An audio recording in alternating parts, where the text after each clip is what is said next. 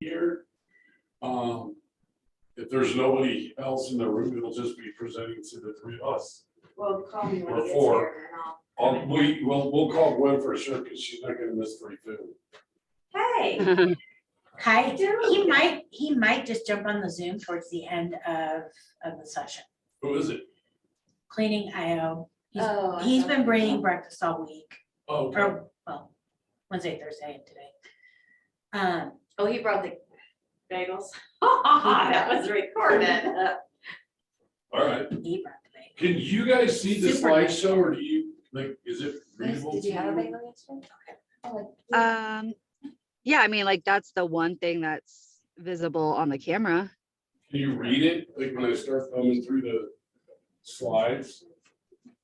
I wonder if you could do a screen share, because no, I cannot read that. All right, ladies, Amy, Gwen, What? can you help me so that what I'm sharing with the Zoom people is the screen? Yeah. Oh, are you not sharing the right screen? I don't know. I just show up and teach, man. You know that. ain't it? Oh, jeez. So, you just go like. Yeah. There you Is that Mo better, y'all? Yes. go. Sweet. Thank Read you, the actual Amy. slideshow and Ricky's voice. And this thing was working, now it's not. That makes me sad. Did you turn it on? Yeah, it was working a minute ago. Oh, turn it off, turn it on. Yeah, turn it off and back on again. So it's been a year now I've been joining in on these classes, and I think everyone who's ever taught a class has had a hard time with that pointer. Yeah, Yeah. This works. it's Watch. really, Ding. Oh, I'm just kidding. You gotta be on the Oh, you right gotta be on the right. Well, screen. There you go. I'll buy a new one. I'll buy a new one for the teachers if Amy will send me a link to what that means. Yeah, I think it's Amy user is the- area Amy is the error. queen of I'm Amy. sure it's user error. Could buy a new Ricky. 1,000, yeah, Well, you can't afford to buy a new Ricky. Well, it's You true. get a laser pointer or whatever, but you Have ain't it back. replacing me. I'm irreplaceable and I will never be ignored. It's one of my favorite things. All right, what are we gonna talk about today? And we're gonna start with negotiating offers. So the fun part is, I know you both have done a couple of transactions. And so, you guys have done some negotiating already. Right? Yep. Negotiating is not something to be avoided or feared, it's an everyday part of life. That is for sure. All right. Fun part, I liked it. Right.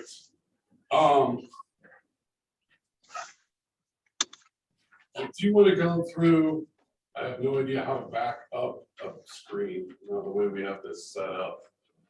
But I do want to go through the Y4C2Ts and how they apply in negotiations, right? So on the wall, right, in the training room, we have the Y4C2Ts, win-win or no deal.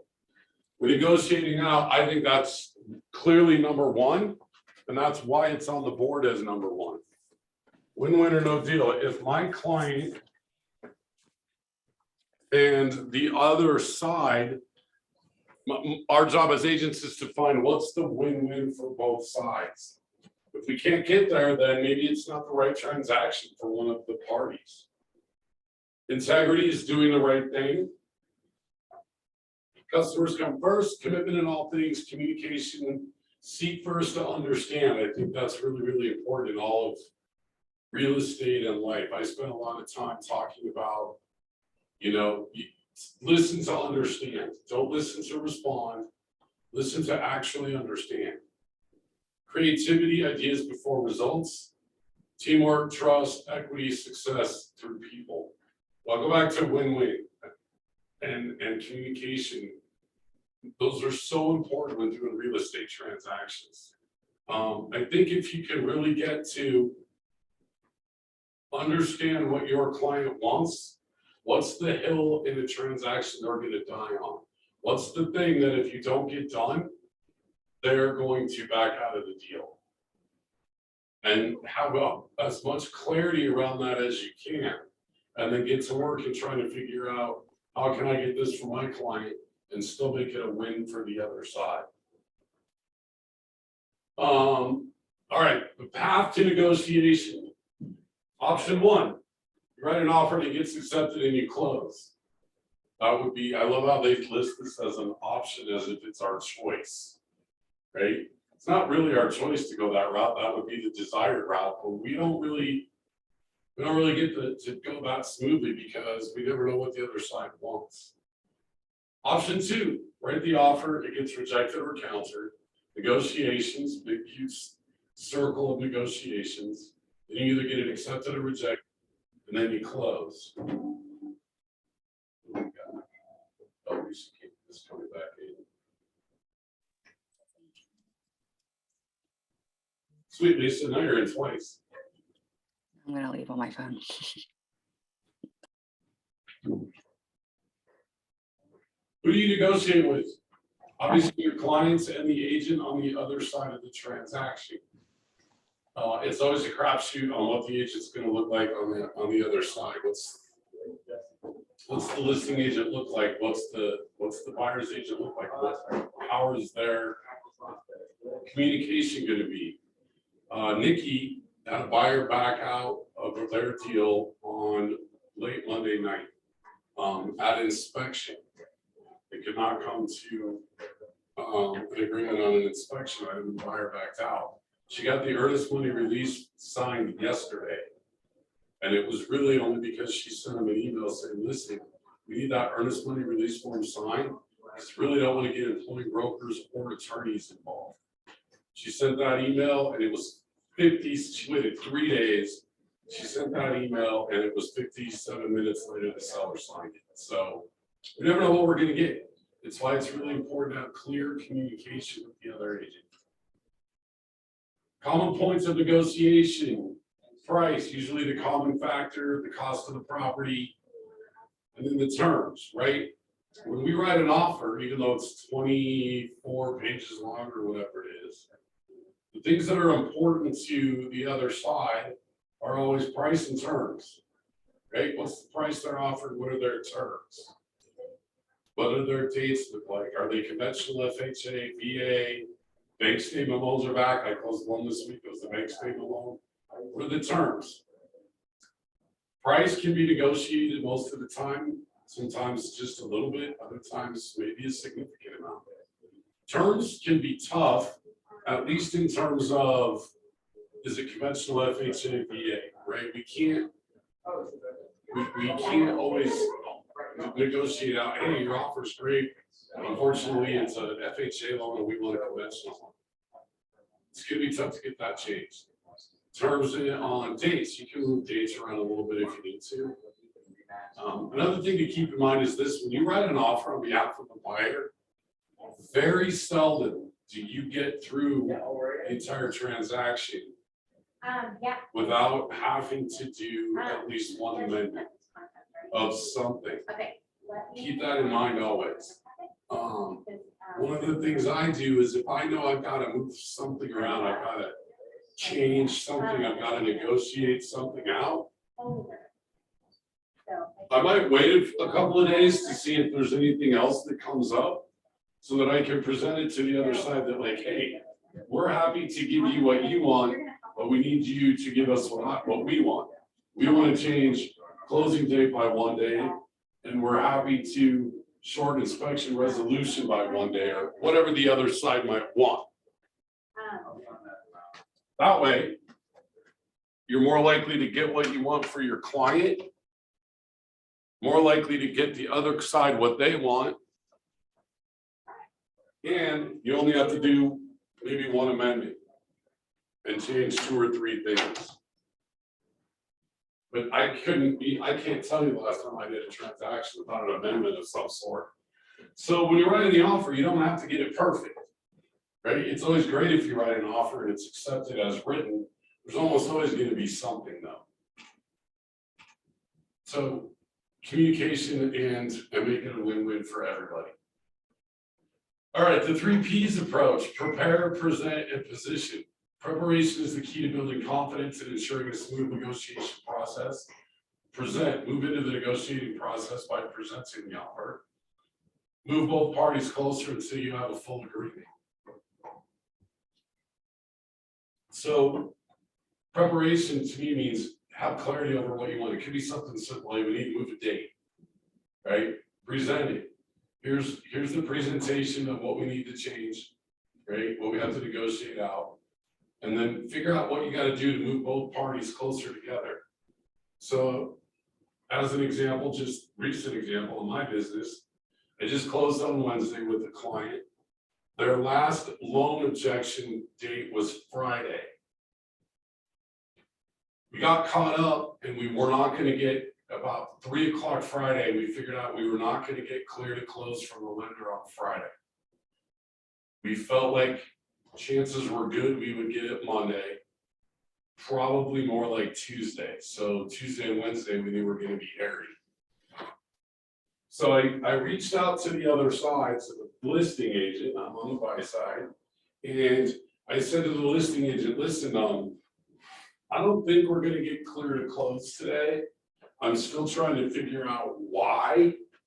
Do you think your buyer would be open, I'm sorry, your seller, do you think your seller would be open to move the loan objection deadline to at least Monday? And he gave me some pushback, and I understand that. He said, well, I'm not sure. Let me know why, as soon as you can find out. And I was like, cool. So I hounded the lender until I found out why.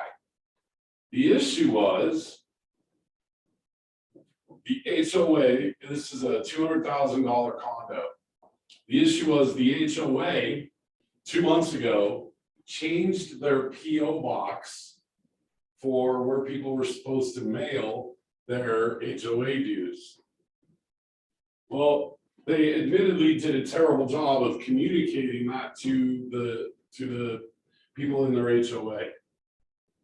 So everybody was still mailing their HOA checks to the wrong PO box.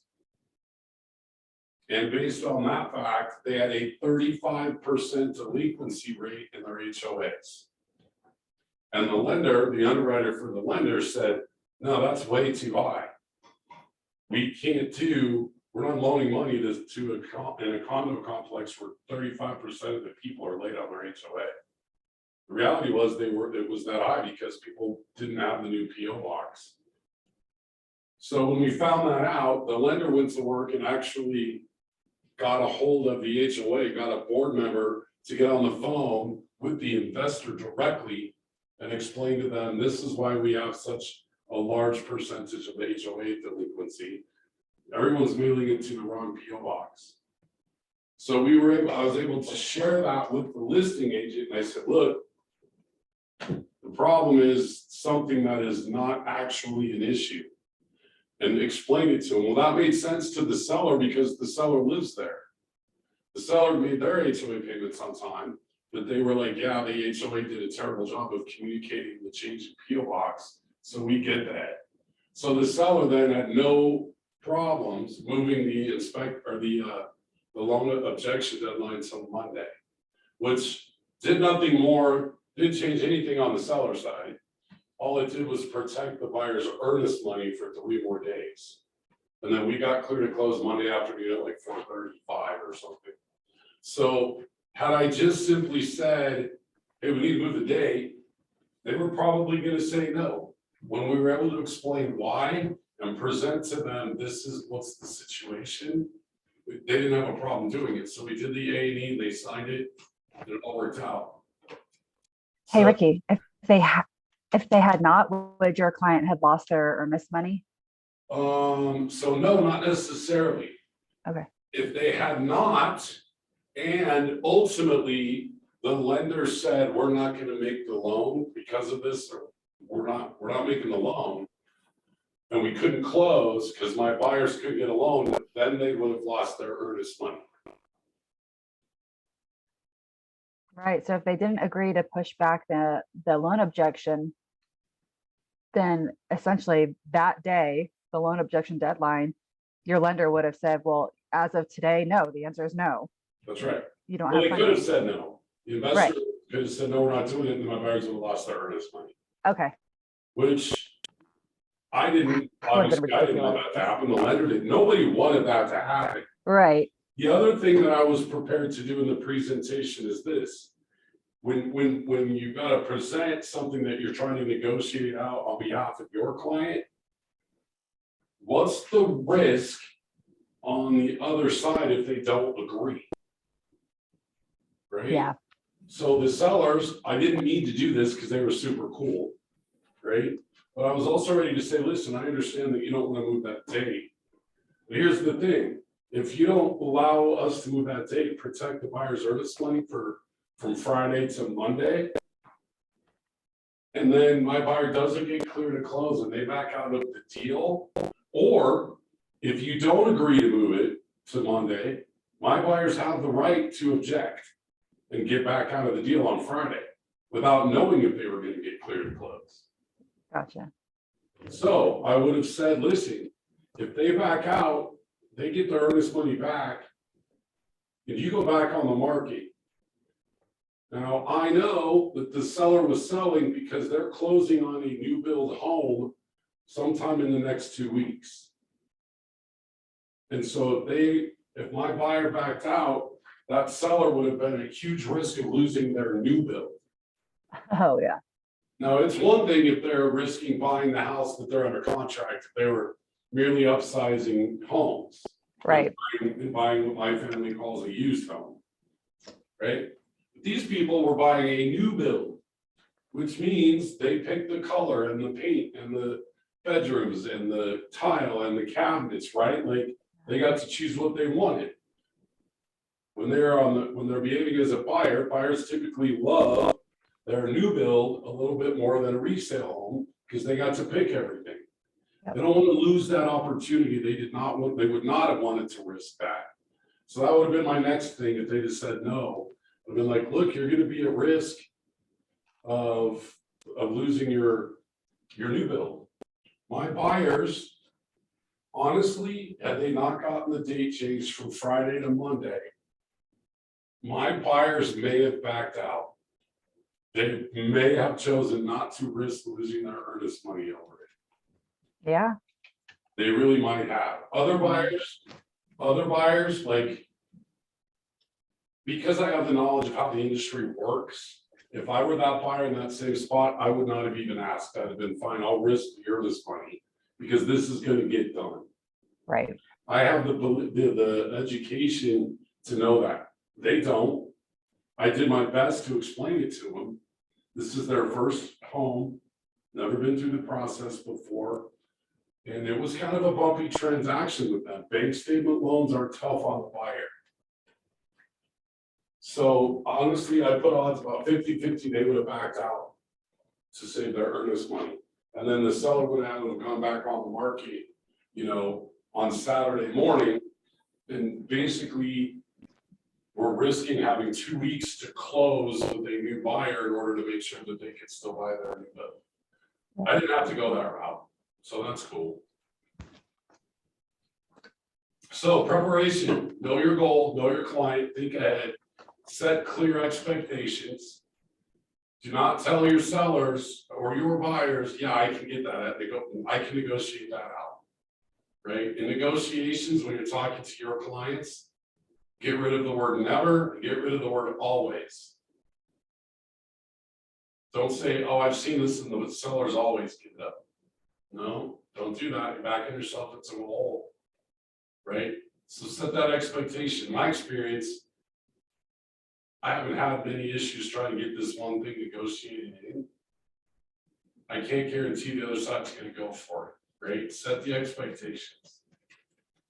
Be informed, obey the laws, and know the documents inside and out. All those things are really important.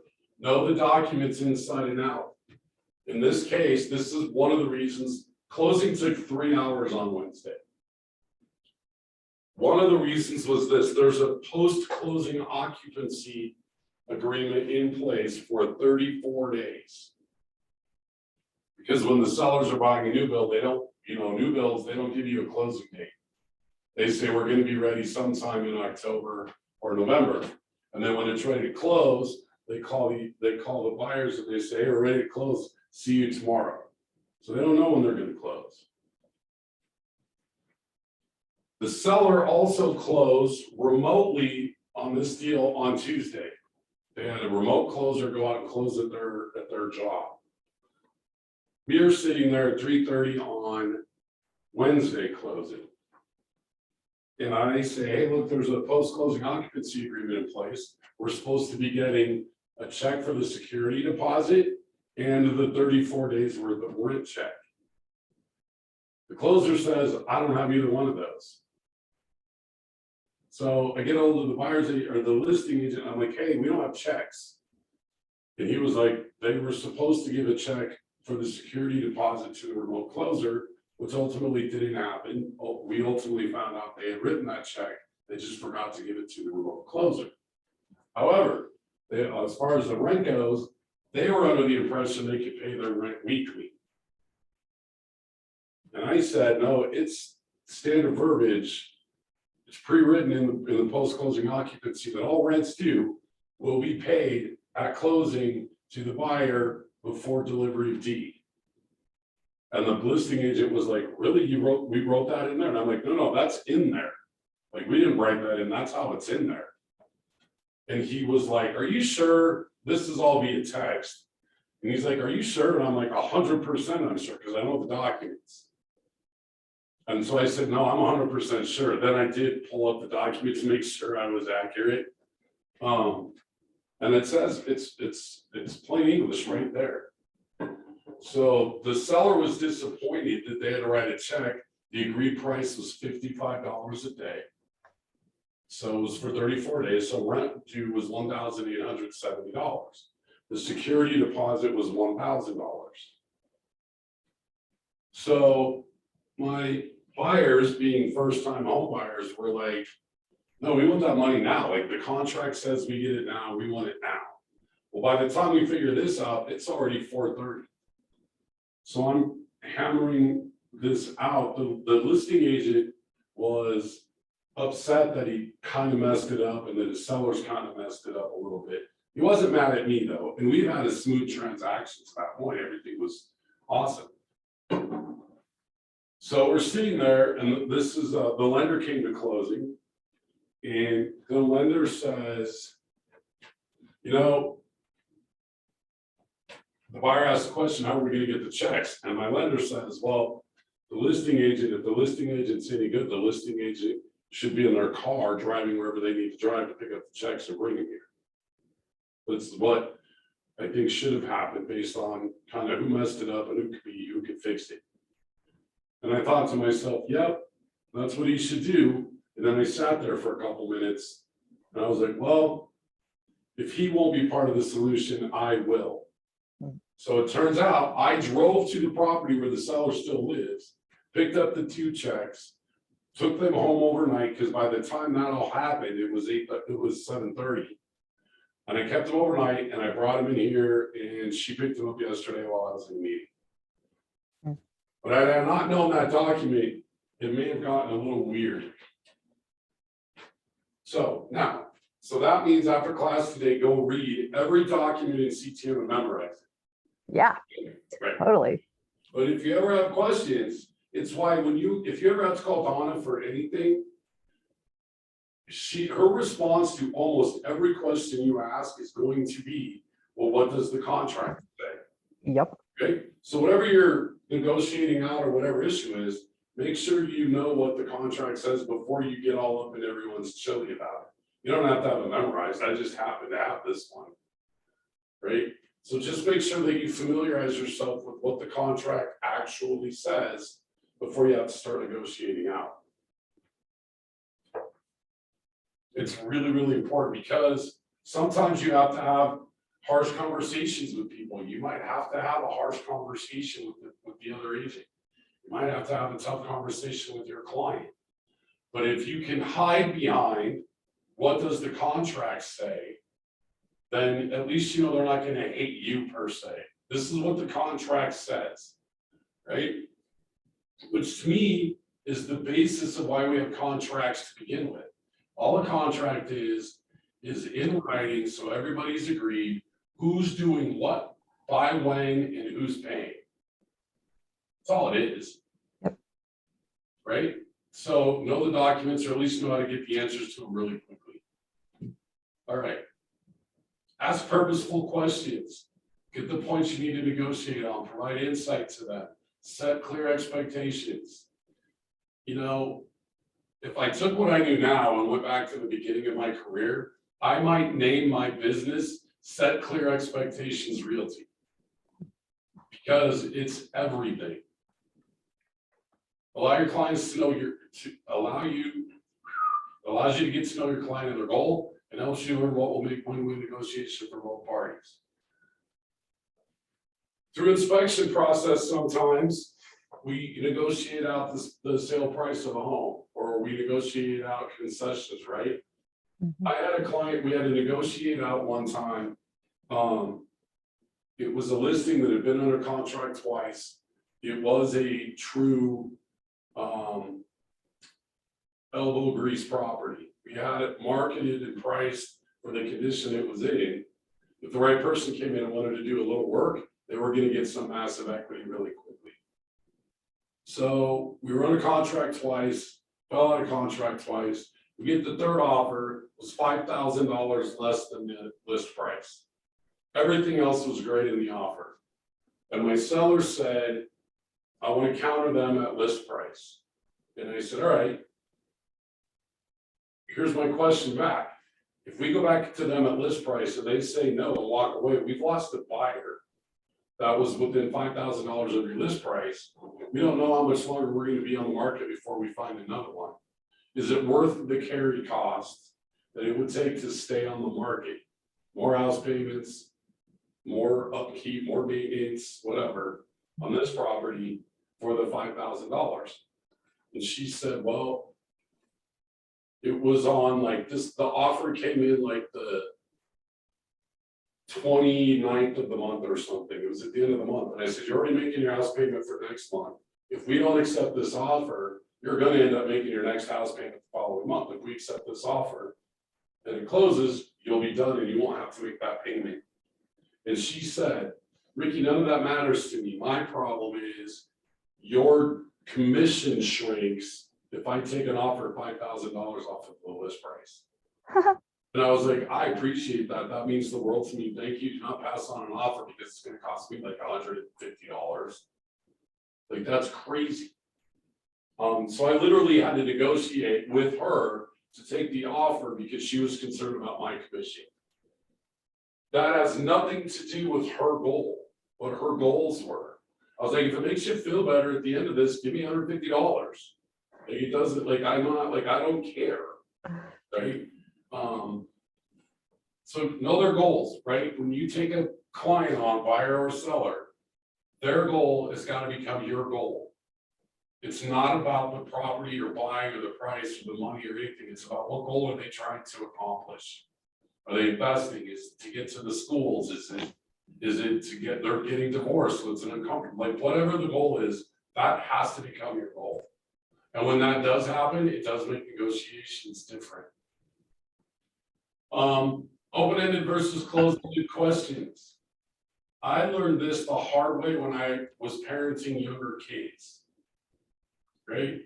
Never ask a kid, do you want macaroni and cheese for dinner? Because if they don't, they say no, you have no idea where to go with it. So I had to learn, hey, what do you want for dinner? Or at least give them some options, right? You want mac and cheese, you want breakfast, you want grilled cheese, like give them 3 or 4 options, they'll choose. If you start asking them one by one, they will always say no. Now it takes 28 minutes to figure out what you're gonna make for dinner, and then it turns out the reality was they didn't want it anyway. Same thing when working with buyers or sellers, right? Open-ended questions. What else do I need to know? What is important about that thing? Closing in 30 days, closing in 45 days, closing in whatever, right? Closed-ended questions, they're needed sometimes, but in terms of negotiation, I try to avoid it at all costs. Do you have to sell your home by a specific date? Do you have any other offers? What's the bottom line price you would consider? I tell my sellers this, between the two of you, I want you to know when we go on the market, I want you to know what is the bottom line price you would take. And I want you guys to know that between the two of you, do not tell me the answer to that question. I don't want to know yet. Because this one that I got on the market that least is gonna open tomorrow is listed at 525. I don't know what the lowest price they'll accept is, but they do. Because if their lowest price they would accept is 500,000. And we get an offer in, I'm gonna negotiate to 500,000 by nature. It's just what we do as humans. I don't wanna negotiate to 500,000 because then we may end up on a contract at 490 because it sounds good because we're negotiating 500. So I tell them, I don't wanna know what that bottom line number is. I just need you guys to know it so that when offer comes in, you guys know where that sits and you guys can make a quicker decision. Same thing with my buyers. I don't want you to tell me what's the most you would pay for the property. I don't wanna know that, because then if it's listed at 550 and I know that you would pay 570, I'm gonna start negotiating to 570 by nature, and I don't wanna do that to you. Right, so I don't wanna know what the bottom line is, but I need them to know up front. What would happen if? Super powerful negotiation question, especially when you're on the sell side. What would happen if, what would happen if we don't accept this offer? And we gotta stay on the market. We've been on the market 3 weeks already, we've had one offer. If you don't accept it, we can't work it out to get it under contract, you're on the market for another 3 weeks, what happens? What does that look like in your life? What's important to you about that? I think when negotiating, and actually in everything in life too, try to get rid of the word why out of everything you do, with the exception of your own big why. If I don't care what the topic is, I don't care who the person is you're talking to, if it's the agent, the client, your spouse, your kids, your friends, whoever, whatever the question is, if you start with why, you get an excuse. How about how? How is this important to How you? is this important to you? What is important to you about that? You will get the actual answer. If you ask why, you're gonna get an excuse. And people with the word why will have a natural tendency to get defensive and feel judged. Well, why is that important to you? Sounds way different than what's important to you about that. Because if I say what's important to you about that, the part of the sentence that I think people hear is the to you, the important part. If I say why, that's just a word of judgment. Yep. Right? And I surely don't want to come from a place of judgment, because why that's important to you is irrelevant in my life. I just need to know what is important so I can negotiate for you. It's a way to, so get rid of the word why. Also, get rid of the word but. If you use the word but in a sentence, every single word that you used before that just became irrelevant. Use and.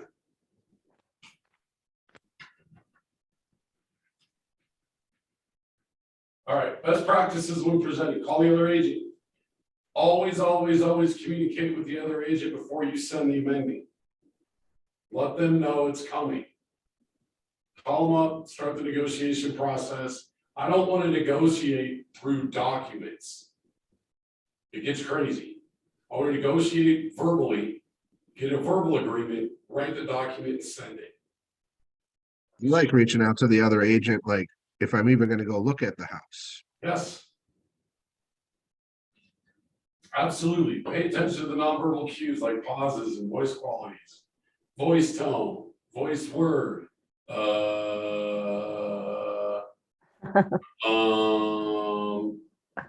things like that, right?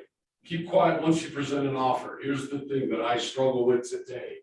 I'm way better at it than I used to be, and it's still a struggle for me. Ask the question and then shut up. I don't do that very well. Shutting up is not my gift. The weight of empty space in a conversation is excruciating for me. What is important to you about that? And then wait for the answer. I suck at that. I'll start filling in answers for them by nature. What's important to you about that? 10-second pause. Is it the square footage? Is it the bedroom? Is it the yard? Is it the dump? Like, I'll start filling in, and now they're just waiting for me to guess what the problem is. So what's important to you about that? And then I have to remember, shut up. Right? I have to remind myself, Ricky, never miss the opportunity to shut up. Right? And it's a stretch for me. Listen carefully to what's important, right? Listen to understand. Stay calm, relaxed, focus on your customer's needs, give your offer the best chance. Acknowledge and affirm common ground, ask what now questions. Know that positioning is a process and know when to walk away. That could be a big one too.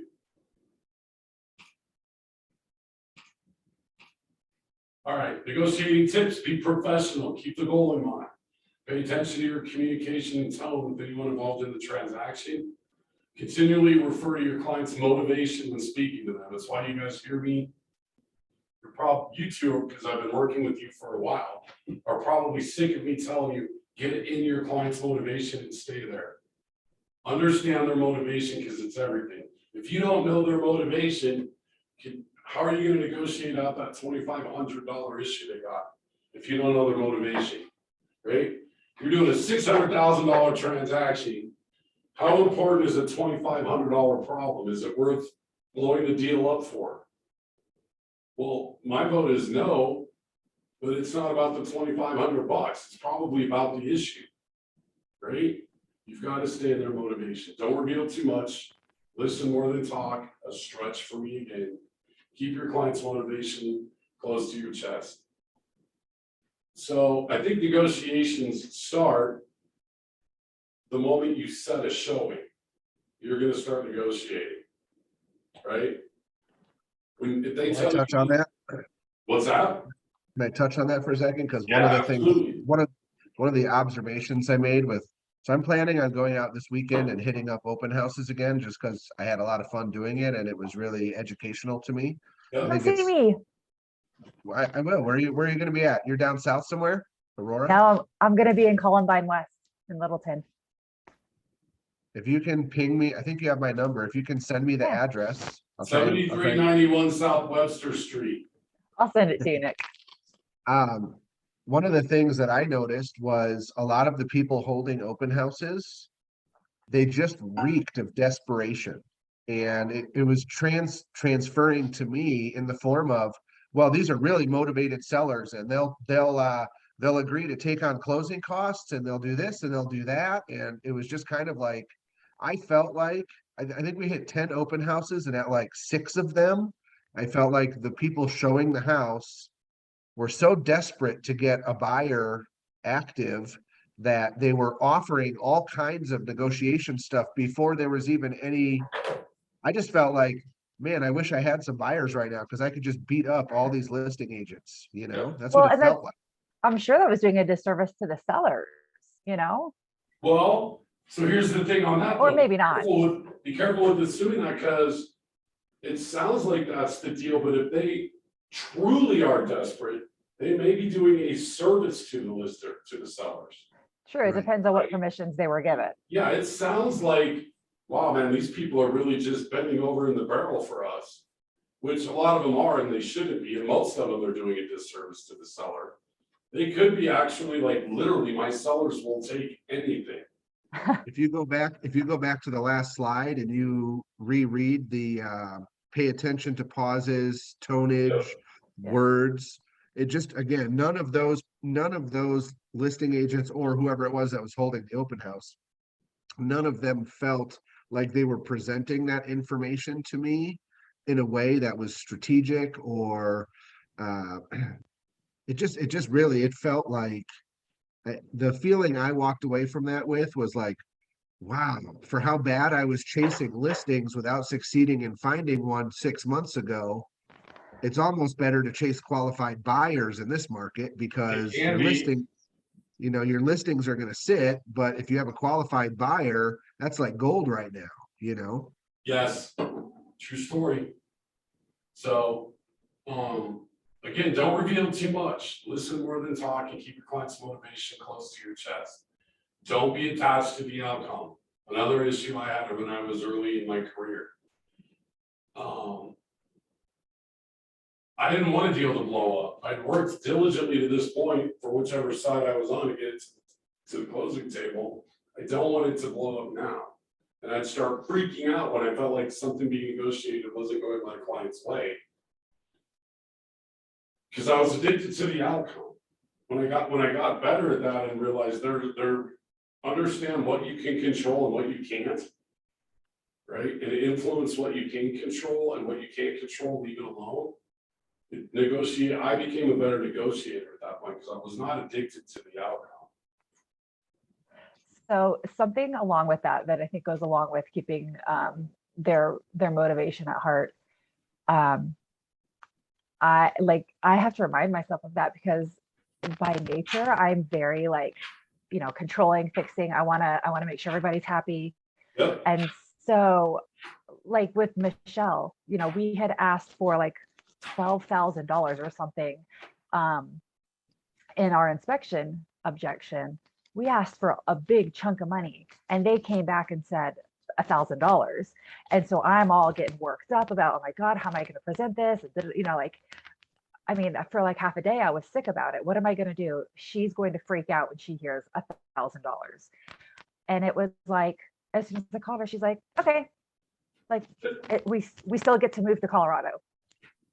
Right. Oh, yeah, because that's the goal. It's not Right. about making a bunch of money. It's you'll want to get to It's Colorado. 100% true. And because of all the negotiation and all of the things with that property and that transaction, and I say this now because it's closed, you learned so much. It was such a great opportunity to watch you learn through that process. I know it sucked because there was a lot of pain and suffering that went on with it, right? You had the opportunity to learn so much stuff. That's really an awesome thing. Yeah, I did. And now I know, don't cause myself a stomach ulcer before I know that there's a stomach ulcer to be had. Yes, you do not want an ulcer. Ulcers are terrible things. Don't want them. All right, so that's negotiations. So give me an aha and we'll move on. Like playing poker, you're really reading the player, not the game, right? I mean, it's you gotta really try to. I'm really interested. One of my ahas is trying to get a better grip on what you keep describing as your disc awareness, right? Yep. You can kind of read the people. Yep. Because I feel like, again, playing poker, I mean, there's only so many hands you may or may not have, but somebody's eyebrow twitching, somebody's lip curl, somebody's whatever, is Yep. going to tell you a lot about where you're at in things. And I feel, I don't know if you remember that guy on that house in Castle Rock. He was just such a dick that Donna was even cursing about it because it was just like, he wasn't trying to negotiate at all. He just everything was going his client's way or Yep. we weren't going to get the house. Yep. And it was so frustrating that I literally said to my client, I was like, this guy's a dick. You want to go look at a different house? I'll put in a lot of work for you to go find a different house just so this guy doesn't get his sale, Yep. And my client was like, nope, I want the house. Chin in, buddy, just fucking do it, So Lean into it, right? Remember this. Pain is inevitable. Suffering is a choice. yeah. So Yeah. that's awesome. All right, Lisa, what about you? Give me one aha. I really liked what you said about in negotiation presenting the opposing side with, okay, well, what does this look like if XYZ? And that can be super powerful because maybe their representation isn't going to present it to them that way. Good. So you're kind of playing both sides of the team. Yeah, right. When I have a client, my first job and my first goal is to protect my client's interest. It's always floating around the back of my mind to protect the industry because people hate realtors. I can give you a list of 100 realtors that I know that will define why people hate realtors, right? So I want to protect the industry. So Wednesday night, I got in my car, I drove to the condo, picked up the 2 checks to protect the reputation of realtors.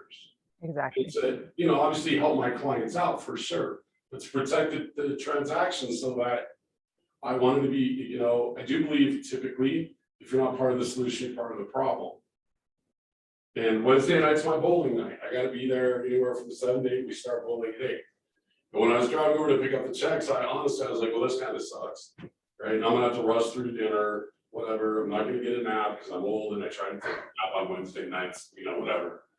And then I was like, but wait, Ricky, what's the other side of this? The other side is we're gonna wait till whatever other resolution they would have come to, mailed the checks or dropped them off somewhere the next day or whatever, would have been all right. But then I would have been bowling at 9:30 Wednesday night and I would have been like, you know, I feel bad, I wasn't part of the solution on this. I could have made this better. And I don't like feeling that way. I don't like feeling like, hey, I could have made this better and I didn't. Because that goes against my big why, and then that's what sucks for me. So if I had to deal with that emotion, it would have been way worse than spending an hour round trip picking up checks. And maybe the sellers now don't hate their agent, even though he should have been the one doing it. Which is fine, it's one less agent that people hate. There you go. All right, let's see how I blow this up. So Ricky, I've heard nobody but realtors say everybody hates realtors.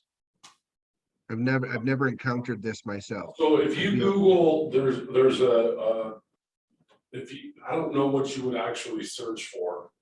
The court of public opinion on occupations, lawyer and car mechanic rank higher on the poll of public opinion than realtor does. People would rather take their car to a mechanic than talk to a realtor.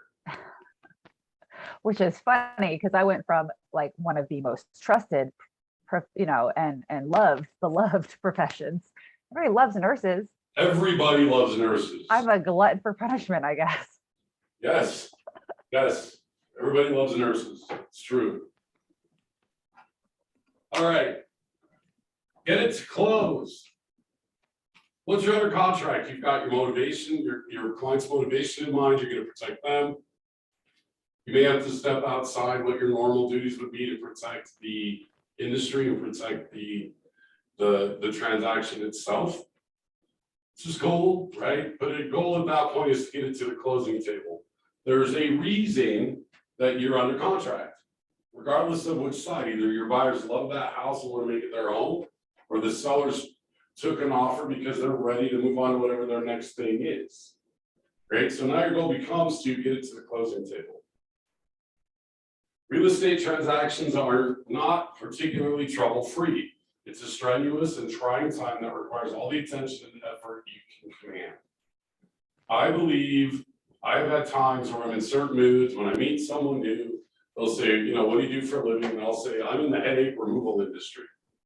So I got 2 clients under contract and I'm gonna spend the next month of my life doing nothing but removing headaches for them.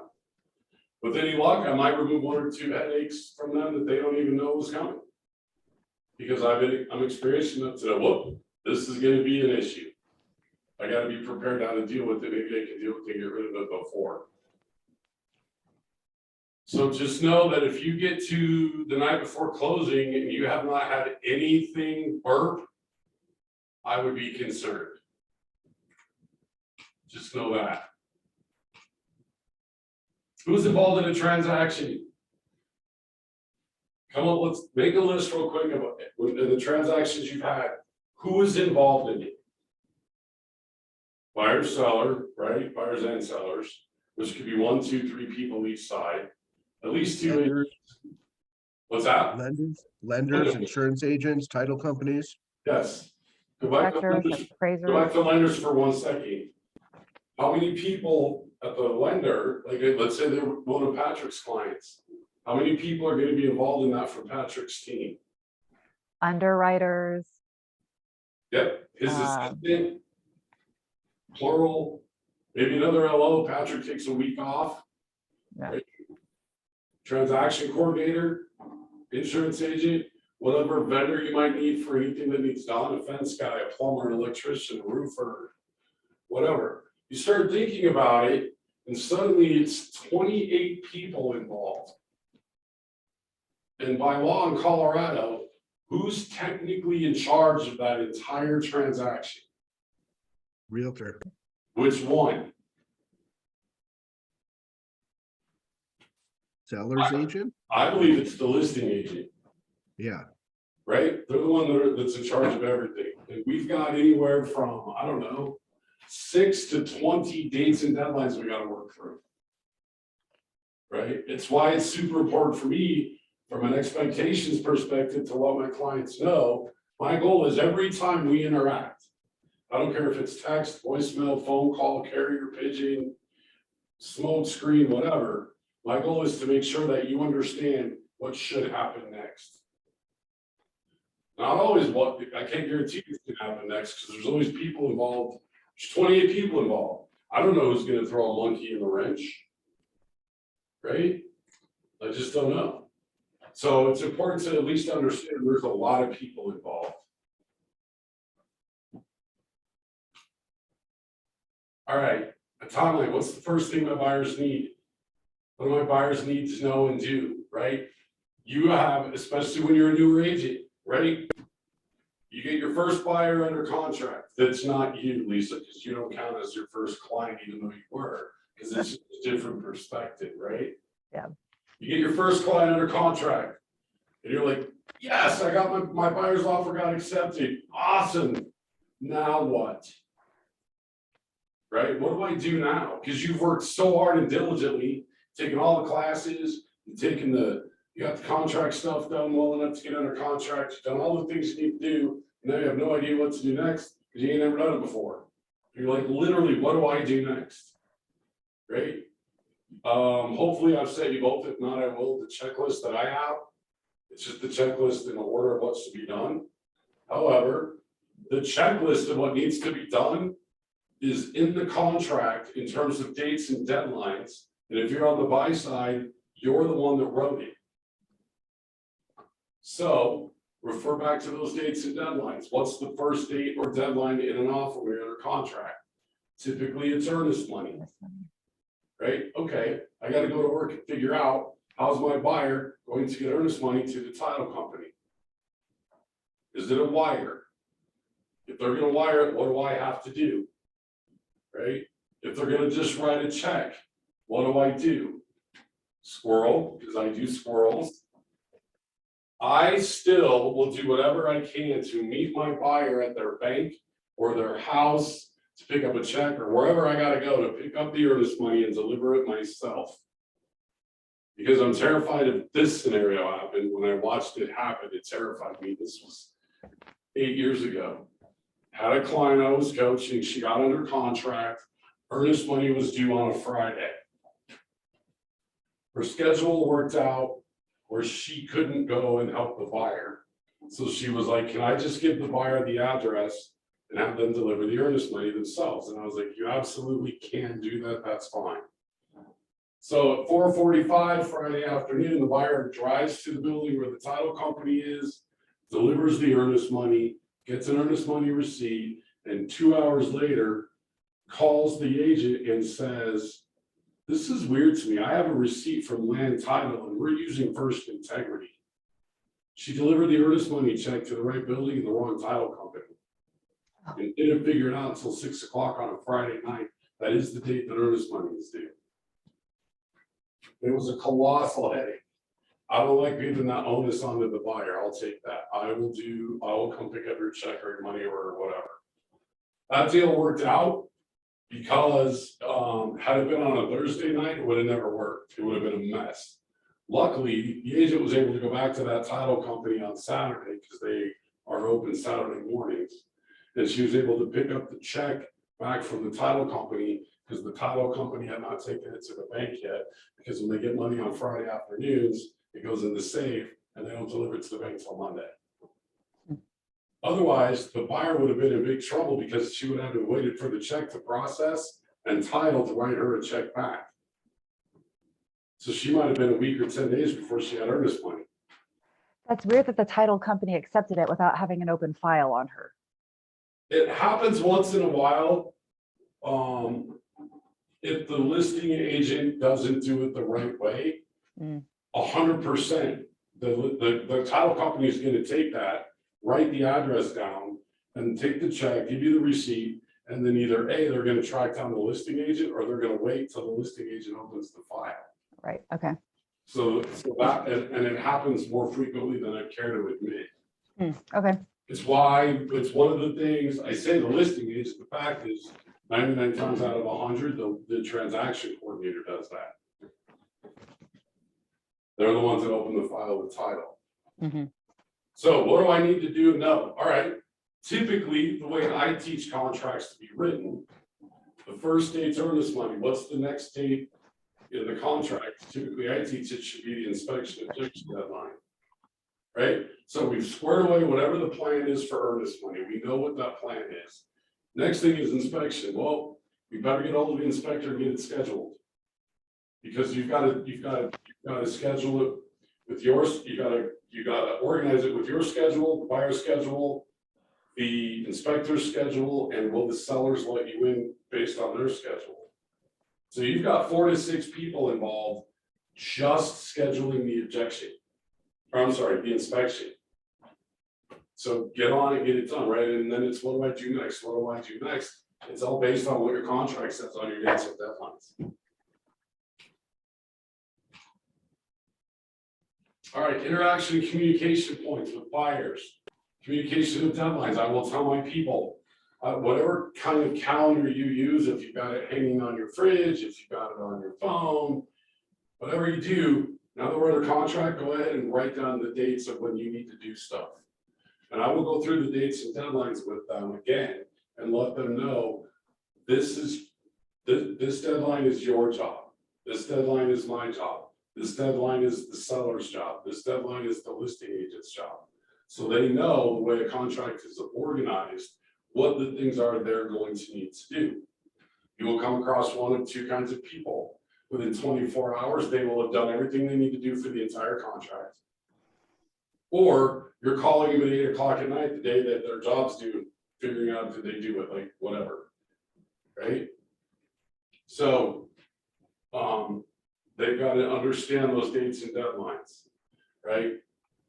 Communication between the lender and the buyer. I only do work if I have any influence whatsoever. I only work with lenders that I already understand and communicate well with, right? So I know if I got to send a text, they're going to get it pretty quickly. I know if I send a text, is that lender seeing it? Have they passed it off to a loan officer on their team? Do they have an assistant whose job is communication? Like that's their whole job is to communicate. What is it? I already know what that looks like. So I trust the lender and the buyer communication is going to already be in place, right? Communication to list of recommended title companies, inspectors, insurance agents, all those people we talked about a little while ago that are involved in a transaction, right? When am I reminding the buyers not to make big purchases? Probably a little bit different for every agent. Mine is at the buyer agency appointment. Yeah, right away. Right now, do not make any big deals. So little horror story, almost horror story from just a couple of years ago. My buyers were ready to close on Tuesday. On Friday night, they decided to go shopping. This is a true story. They go to IKEA and they are checking out with about $22,000 worth of new patio furniture and stuff for their house. Like they needed a moving truck to all the stuff they were buying from IKEA, right? They're about a third of the way through the cashier ringing them up, and the cashier says, "This is a lot of stuff. Like, did you guys buy a new house or something?" And she says, the wife says, we close next week. And the cashier stopped and said, "Do not buy anything." Oh. She's like, "What are you talking about?" He goes, "I used to be a lender. If you buy this stuff, you're not going to buy that house. Your deal's going to blow up. Call your lender right now, and they'll tell you that." So they called me actually, and she says, "Is this true? If we buy all this stuff?" I said, "How much stuff are you buying?" She said, "Roughly 22,000. I said, "If you buy any of that, your deal's going to blow up."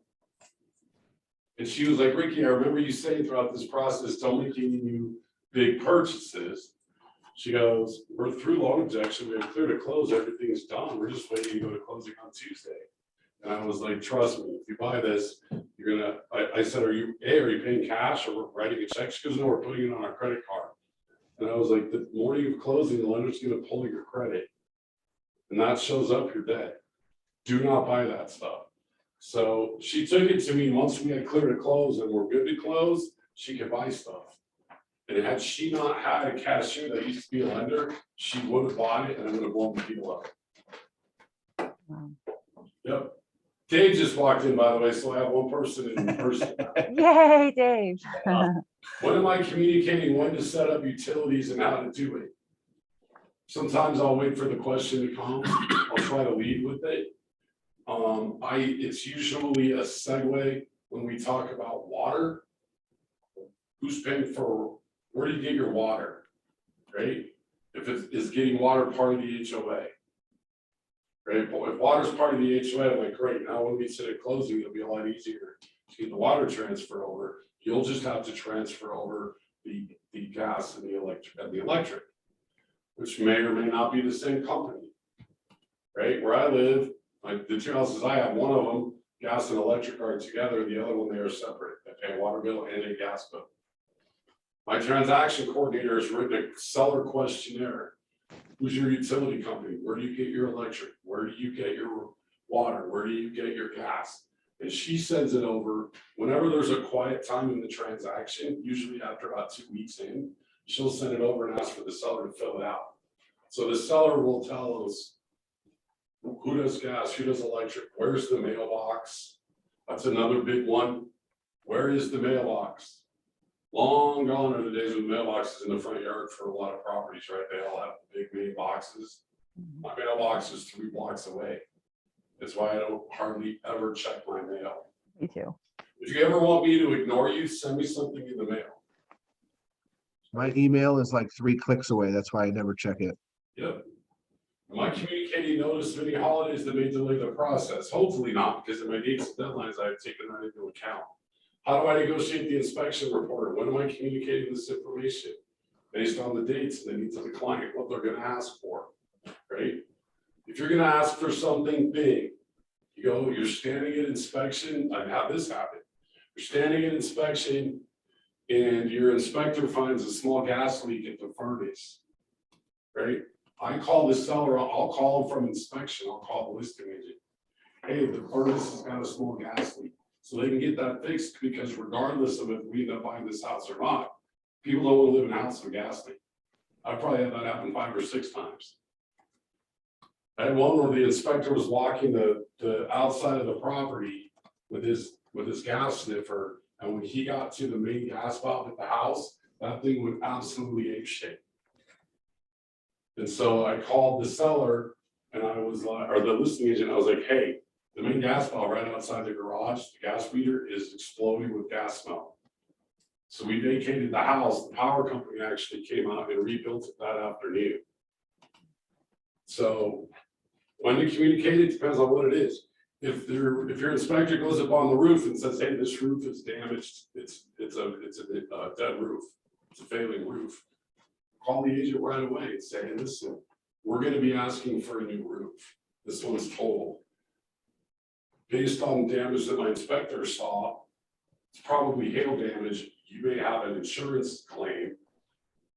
I want to give you the information as soon as I can so the sellers can get to work calling their homeowners insurance to figure out what's up with the roof. So, and I want to let them know if I'm going to ask for 3 little things, a home warranty and a radon mitigation system. That's what we're going to ask for. We're good. I'll just send it over. If there's a big ticket item, I'm letting the agent know as soon as I can. So I don't want sticker shock on the inspection objection when we ask for a new roof. When do I touch base with lender, title company, or listing? I don't know. I figure that answers at all times, be in touch with them. Right? Documentation points. Is this an active communication or a document? Document everything. Hey, I've had a lot of times where I've been chatting with the agent on the other side, and it's just a communication, but it's important information. Follow it up with an email. Hey, just following up with you from our phone conversation, ABC, and I send it. And then I can keep a copy of that email in the docs management section so I have it. I can prove I did communicate this to them. Or I can prove they did communicate this to me, right? To whom and from whom is the document going? Who fills the document out? If there's an amendment to be done and you've agreed to it verbally, it doesn't matter who sends the amendment. Right, so in my experience, it's usually who's got the opportunity to sit and get it done. That's the person that will send it. What's the best pathway for communicating? Whether it's the other agent or your client, I always try to communicate the way they want to communicate. If they're texters, we're texting. If they're emailers, we're emailing.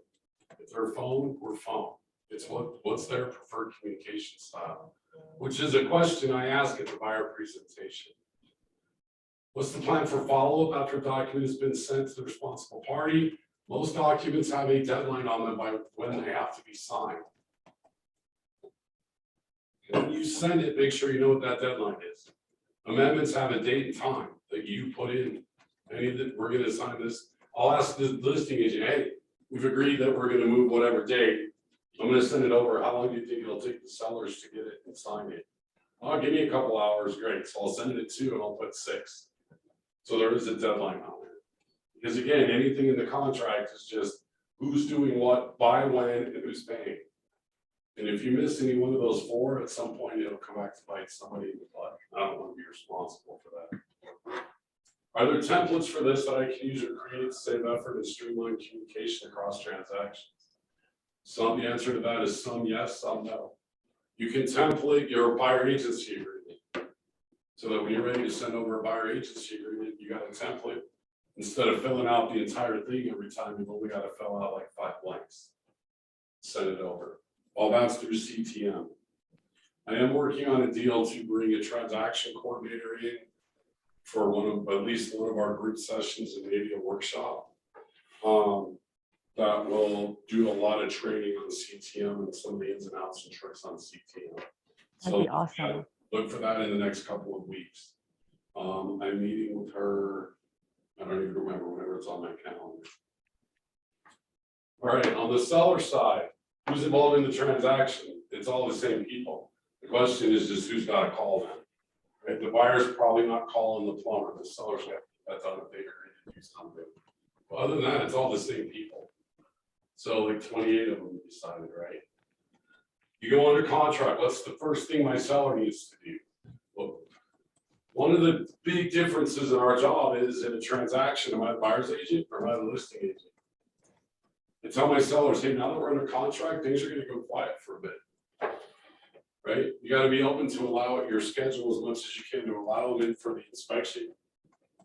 And by this date, whatever's in the contract, we'll have heard from them via a document called inspection objection, what they may ask you to be prepared to repair, fix, or replace. Other than that, what they do next depends on what their plan is. Like, is it time to start packing? Are we now going and looking for a home? Like, what are they doing? Right? Know what you need to do now, depending on which side, which generally is should call Ricky or call Gwen. We'll walk you through what's next.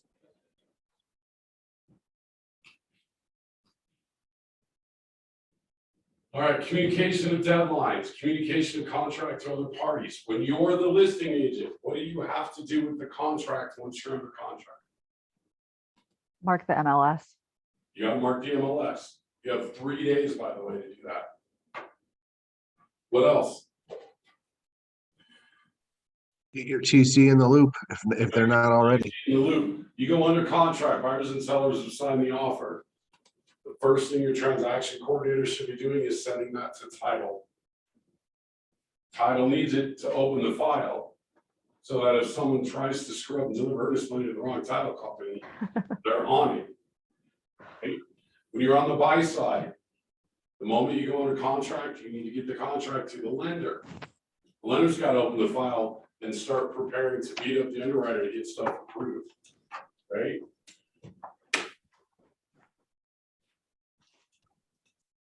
Again, is this an active communication or does this need to be documented? To whom and from whom? What's the best pathway? What's the plan? This is where things are very similar to how you behave when you're a buyer's agent. You're just calling, texting, emailing different people that are involved, right? The listing, the seller themselves, never going to talk to the lender. There's just not a communication that needs to happen.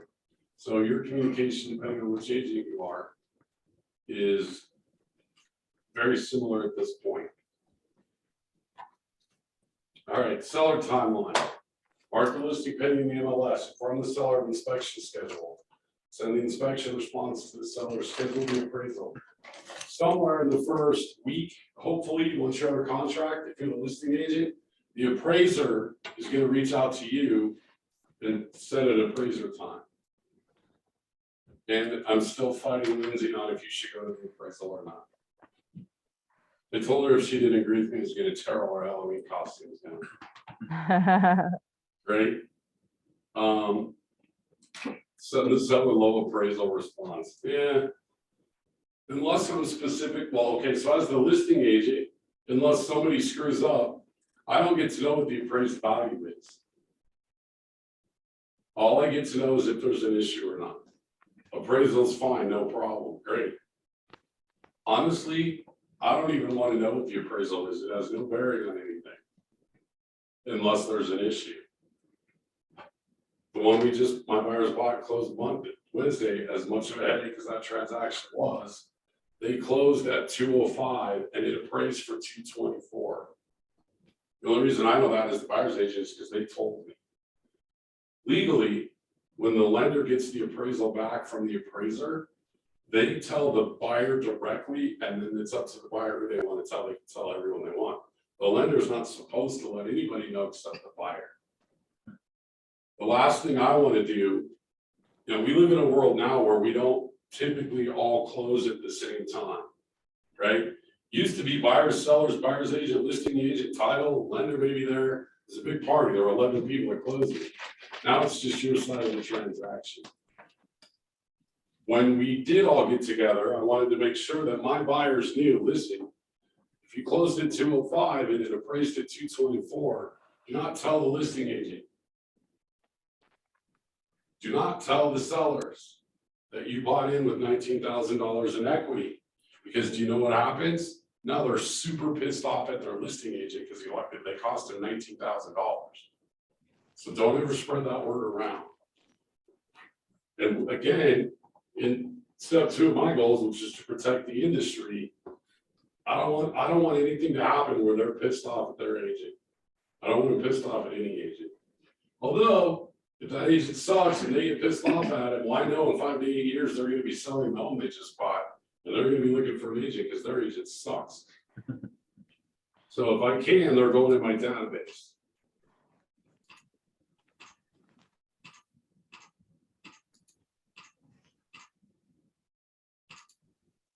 All right, future opportunities, repeat and referral business. Take advantage of all opportunities, serve your unfair share. Your goal should be on the scale of 1 to 10 that your client is so happy with you at the end of the transaction, they give you an 11. There's a document which I've been trying to include in my business for like 3 years and I still haven't fully got it in, called The Promise. It was written by an agent in Coeur d'Alene, Idaho. What the promise is it just says, hey, on the scale of 1 to 10, if I provide you with an 11, you are promising me you're going to give me the name of 1 referral. There's no legal document, you can't enforce it, but you still have them sign it when they sign the buyer agency or their listing agreement with you. There's just power in the pen, and if they sign it, even electronically, there's just something that clicks that they need to do this. And you say that, listen, here's the deal. I'm going to ask you throughout the transaction where we stand on that. And every time you tell me that you don't have a name for me, based on the fact that you promised to give me one, I'm going to assume that I'm not providing you with the red carpet customer service that I'm promising to give you. And I'm going to ask what I need to do better. And that is the softest, best way I've ever heard to ask for a referral.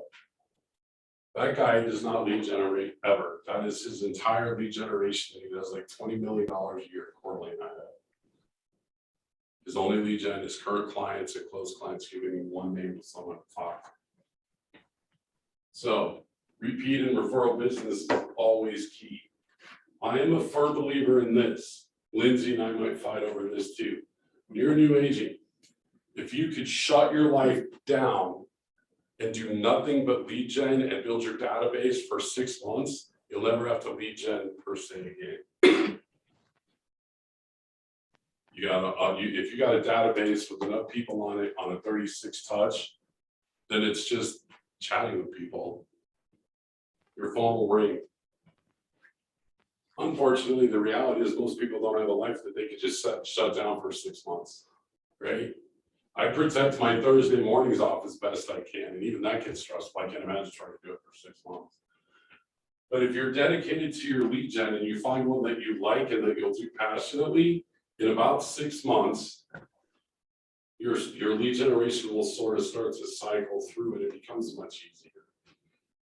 It becomes a lot easier, actually. Did you want me to send you the promise thing so you can send it out? Yeah. I'll email everybody a copy of the promise. That'd be cool. Yep. The Keller Williams way, R&D, right?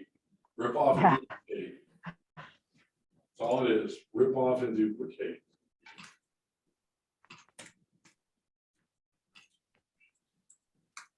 Put a post-closing system in place. You're not closing with them, right?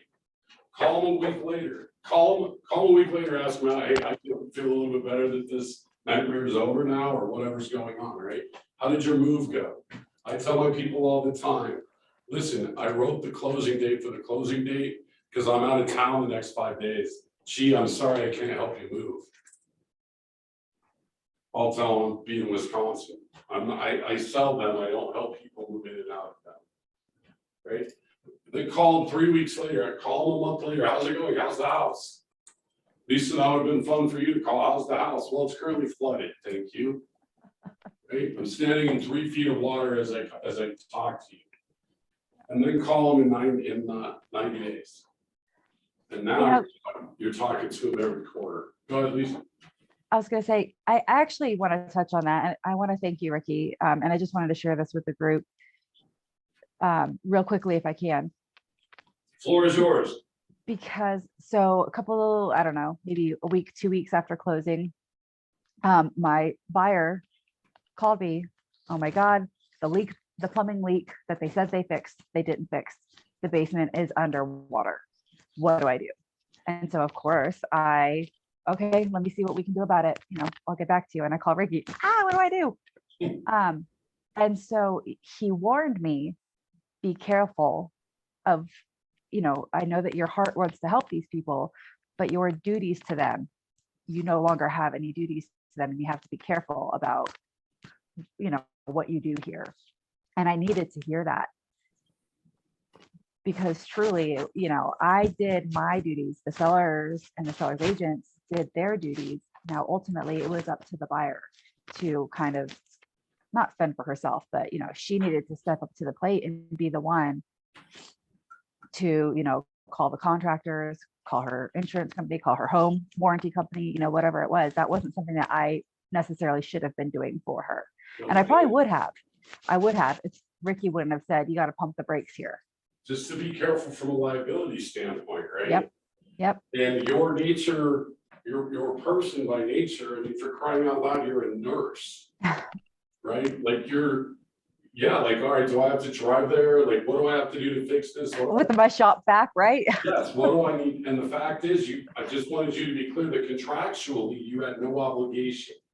And if you go there with your shop back, and whatever happens, and then 2 months later, the same thing happens, there could be an accountability issue for you. Yeah. Right? I had a buyer once, like I told you a little bit about this story, Lisa. I had a buyer once. It's why you should always go to inspections also. I was out of town, had a new agent show my clients a home. They loved it. They went under contract, and I was gone for a week, and they went through the inspection process. 3 months later, I call and ask them how the house is. She says, well, maybe you should come look. And I'm like, cool. In that 3 month period, I also knew that she'd had a baby. So I'm expecting to walk in and see a baby's room all painted and everything great, right? So we walk the house and it looks the same. And I'm like, it looks all good to me. And she goes, go in the basement. And I go in the basement and there are cracks, vertical cracks in the back wall of the foundation of the unfinished basement that you can stick car keys in. Wow. And she says every time it rains, this wall gets soaking wet. She goes, and then this happened out back between the patio and alongside the house, around the corner, out the fence to the front yard, they wanted to put in some pavestone of some sort. It was just grass. So her husband put the shovel in the ground by the window well, put his foot in to cut out the first hole of dirt, and the shovel fell almost 3 feet. There was a sinkhole on the backside of the house. They had to write a check for $70,000 to put the home on stilts. What? Yeah, you wanna talk about feeling awful? I didn't sleep for a week and there was nothing we could do. There was no recourse. The inspector mentioned in the inspection, there are cracks in the wall of the basement. Foundation recommend evaluation by the right person, right? Well, I wasn't there, I didn't see it. I wasn't there when it was shown, I wasn't there at inspection. I didn't even, and I don't read the entire inspection report. I should have. Where I landed was I should have read it because I wasn't there. And they chose, we went through the process. I'm like, let me go back through the paperwork and see if there's any recourse on the seller or the inspector or me or whatever. So I'm going through the inspection report and I find that, and I realize there's not a damn thing anyone can do. It is 100% buyer beware. They were warned that there was an issue. Had they done further investigation, I'm confident we would have found out that was a failing foundation and known up front. And then it would have at least been their decision. But none of that happened. So they had to write a check for $70,000. And there was nothing I could do. It pissed her off so much, she became a realtor. She was a teacher. Pissed her off so much that she became a realtor to help people so that wouldn't happen to them. Is that, in your opinion, is that a little bit on the home inspector? Could they have done a little bit more? I think no, because it was clearly mentioned that there are vertical cracks in the back foundation wall. Recommend being inspected by a foundational professional. So I don't think so. And that would have sucked. Had he missed it completely, not reported anything, may have been something they could have gone back on. Yeah. And I didn't want that to happen because I love my inspector. Yeah. Right. But if there had been an ability or a reason for them to go after him, 100% I would have been behind them in doing that. So no, because and then like I said, they chose not to, and I never read the inspection report. Now, as your buyer's agent, in all of our fiduciary duties in the buyer agency, it's not even my duty to read that. It actually tells you, Donna will tell you, the real estate commission is, any opinions on inspection items, keep your mouth shut. It's 100% buyer beware. It's why you have to have an inspector that you trust.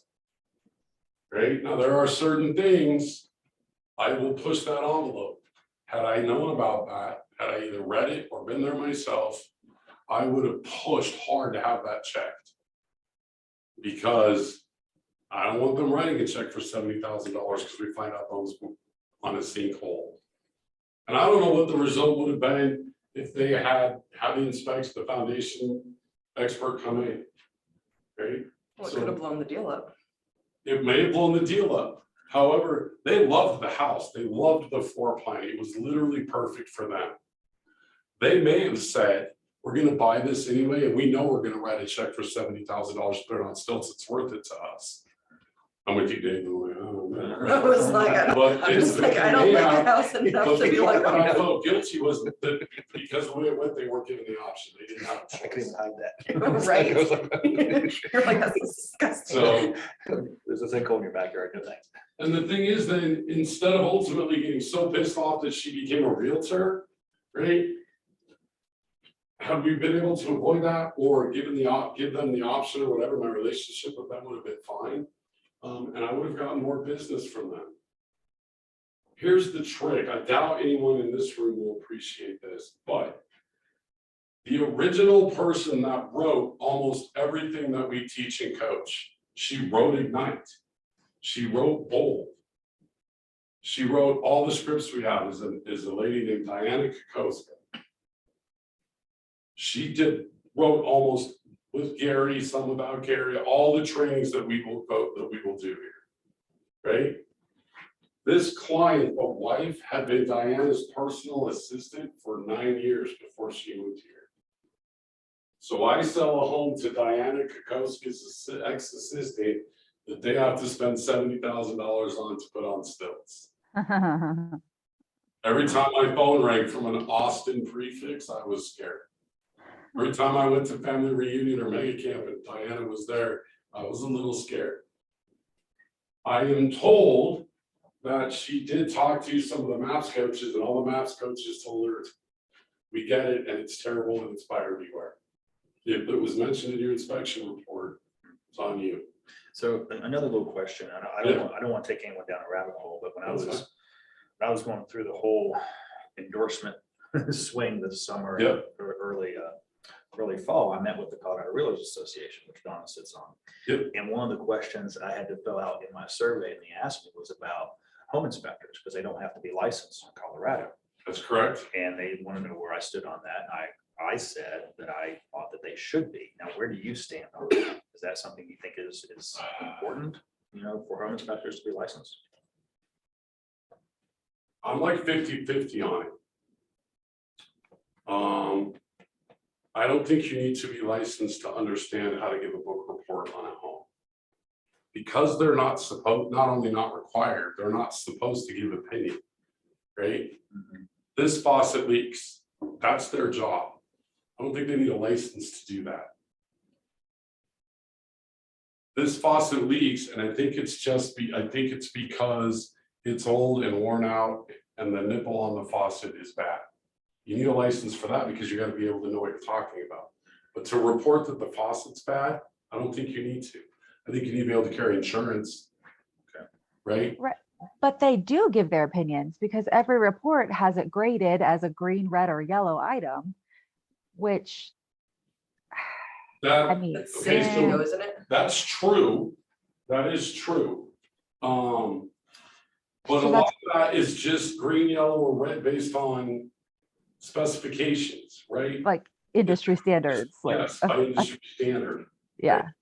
Now, if you want your inspector, and I recommend this, if you're working with a buyer on a new build, I still recommend having it inspected. However, the builder will not allow an inspector on the property that's not licensed. And it usually takes 45 days for them to say, yeah, okay, you can bring your inspector in. It's a very tough thing to do. To that point, by the way, different squirrel, then we'll come back. If your client buys a new build, the day they move in, I think they should pay for a home inspection. Now they don't have to be licensed or whatever. And get an idea of what's going on with what was built. They have a standard issue 12-month warranty on everything from the builder. So I recommend you get an inspection right when they move in. And then at about the 10.5 month mark, get an inspector to come back so that he can identify hidden problems that are covered under warranty in the next 6 weeks that you can get the builder to fix.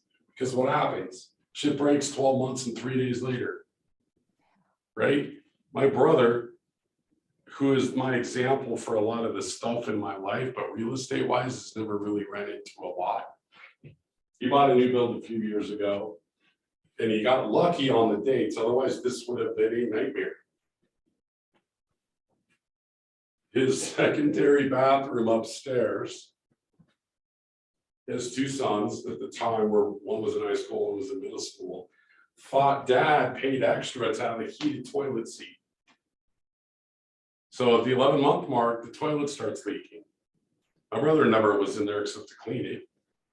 So he goes in there and sure enough, there's a leak. So he reaches down and shuts the nozzle off. He's got 30 days left on his warranty, calls the builder sends the plumber out.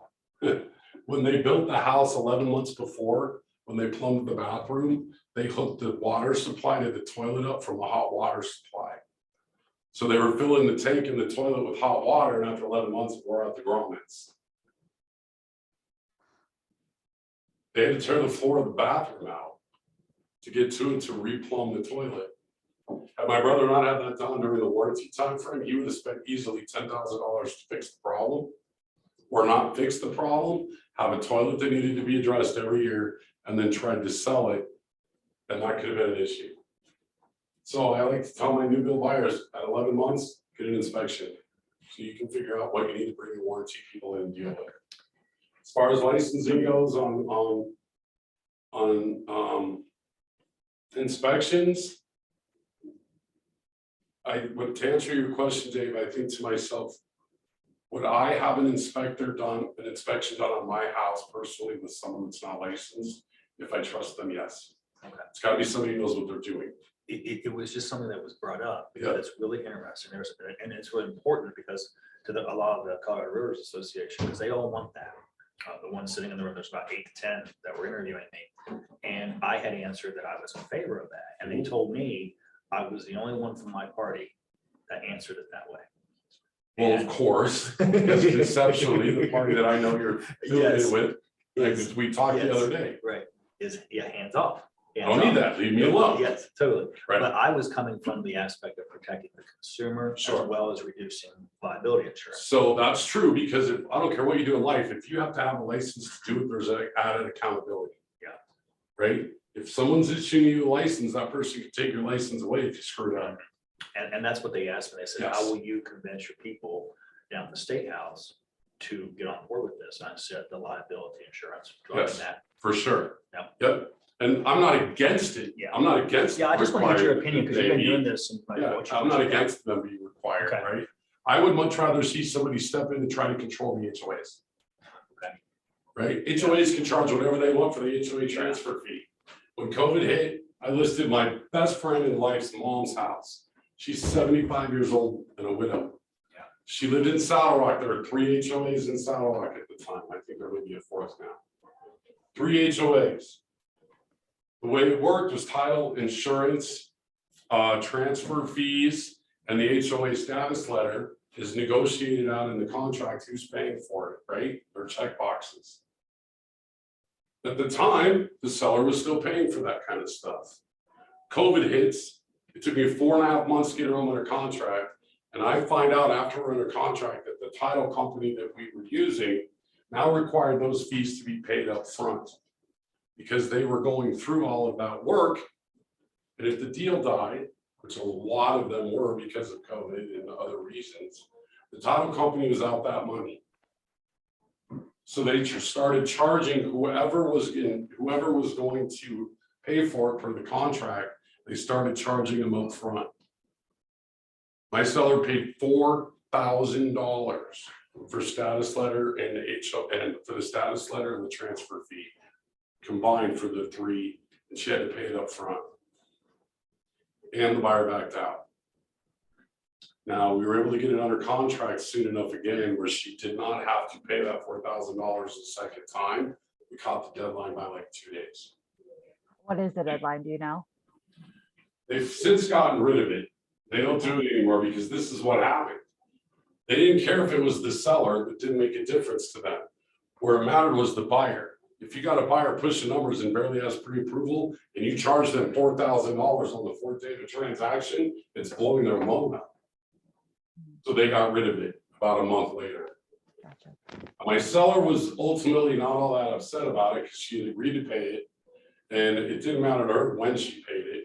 She was old enough, she was selling her home and moving in with her daughter. So she didn't have another home loan to worry about and she just wanted to sell it. Had it happened to one of my other box sellers, we may have had major issues.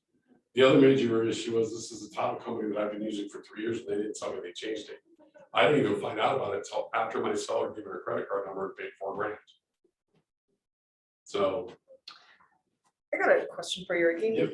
And so I'm pretty sure I know what you're going to say because you and I kind of think alike, but so with my most recent inspection, there was a Zenco Yep.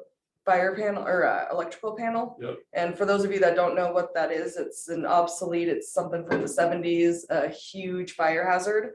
The And- electrical box manufacturer was a company called Zinsco. And it's, so they had painted the panel Yep, in, so we couldn't even remove the back yep, panel to see how the wiring was. yep. I had another realtor tell me, our inspector sucks, he should have just taken a razor blade and cut around the paint to take the panel off. Absolutely not. The That's seller's what I not gonna, said. anything that requires a tool to get to, the inspector's not gonna do it. That's what Nor I should said. he. Because let's say he does that. He cuts around it, he opens it up, and there's no problem, and he puts it back together, and then our deal blows up. The next buyer comes in, inspects it, and says, you got an issue with this, that has to be replaced. Now the seller says, well, when I was under contract before, it wasn't a problem, now it's a problem, whose fault is it? Well, it's their inspector because he cut the paint off and looked at it. So now my inspector's gonna get sued from the seller.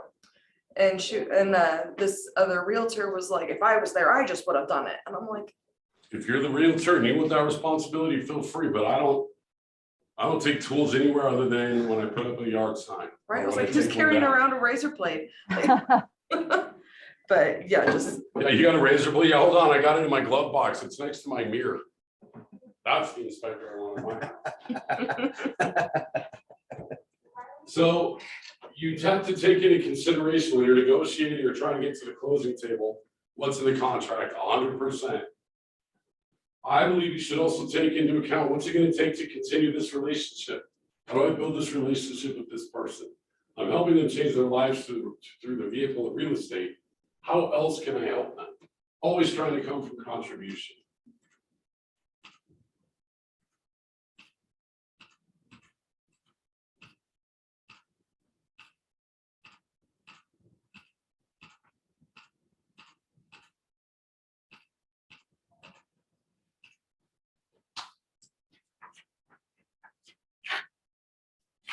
All right, so most of you took Lindsay's contract to close class, right?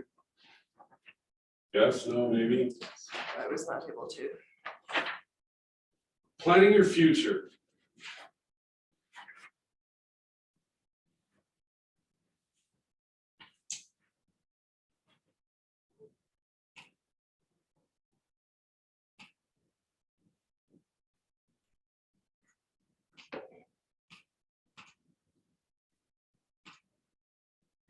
Mindset matters. I don't care what you're doing in life, your mindset is everything. Again, you guys will get tired of hearing me say this. I hate mornings. Can't stand it. It'd be so much better if they came afternoon. I got up at 4:30 this morning because Jen was here, my girlfriend was here all week. She was on the 6:30 flight back to Wisconsin. I was like, wow, are you kidding me? Like, that's god awful. So we get in the car and we're on the way to the airport and she says, I'm really sorry that I took the 6:30 a.m. flight, you had to get up this early. And I just said, you shouldn't be sorry at all. She took it because she could have taken the 9:30 flight, but it was $200 more. She took the 6:30 flight, saved $200. And I was like, our relationship in large part is based on trips to the airport. From where we live here, it's 30 minutes to GIA. From where she lives in Wisconsin, it's 2.5 hours to Minneapolis. So I said, okay, we're all good. Like, sure, it sucks and it's easy to whine about, and I'm a baby, but this allows us to have a relationship that we have, and I'm not willing to give that up. So it's all good. It was all about mindset and perspective. And I've been true, natural Ricky. I have to work on my mindset. Had I been natural Ricky, I would have been pissed and it would have ruined my entire day. I rolled into the parking lot this morning at 10 to 8, and I will not leave these premises till after the Halloween party tonight. Because our new TL decided to put meetings on my calendar this afternoon and whatever, right?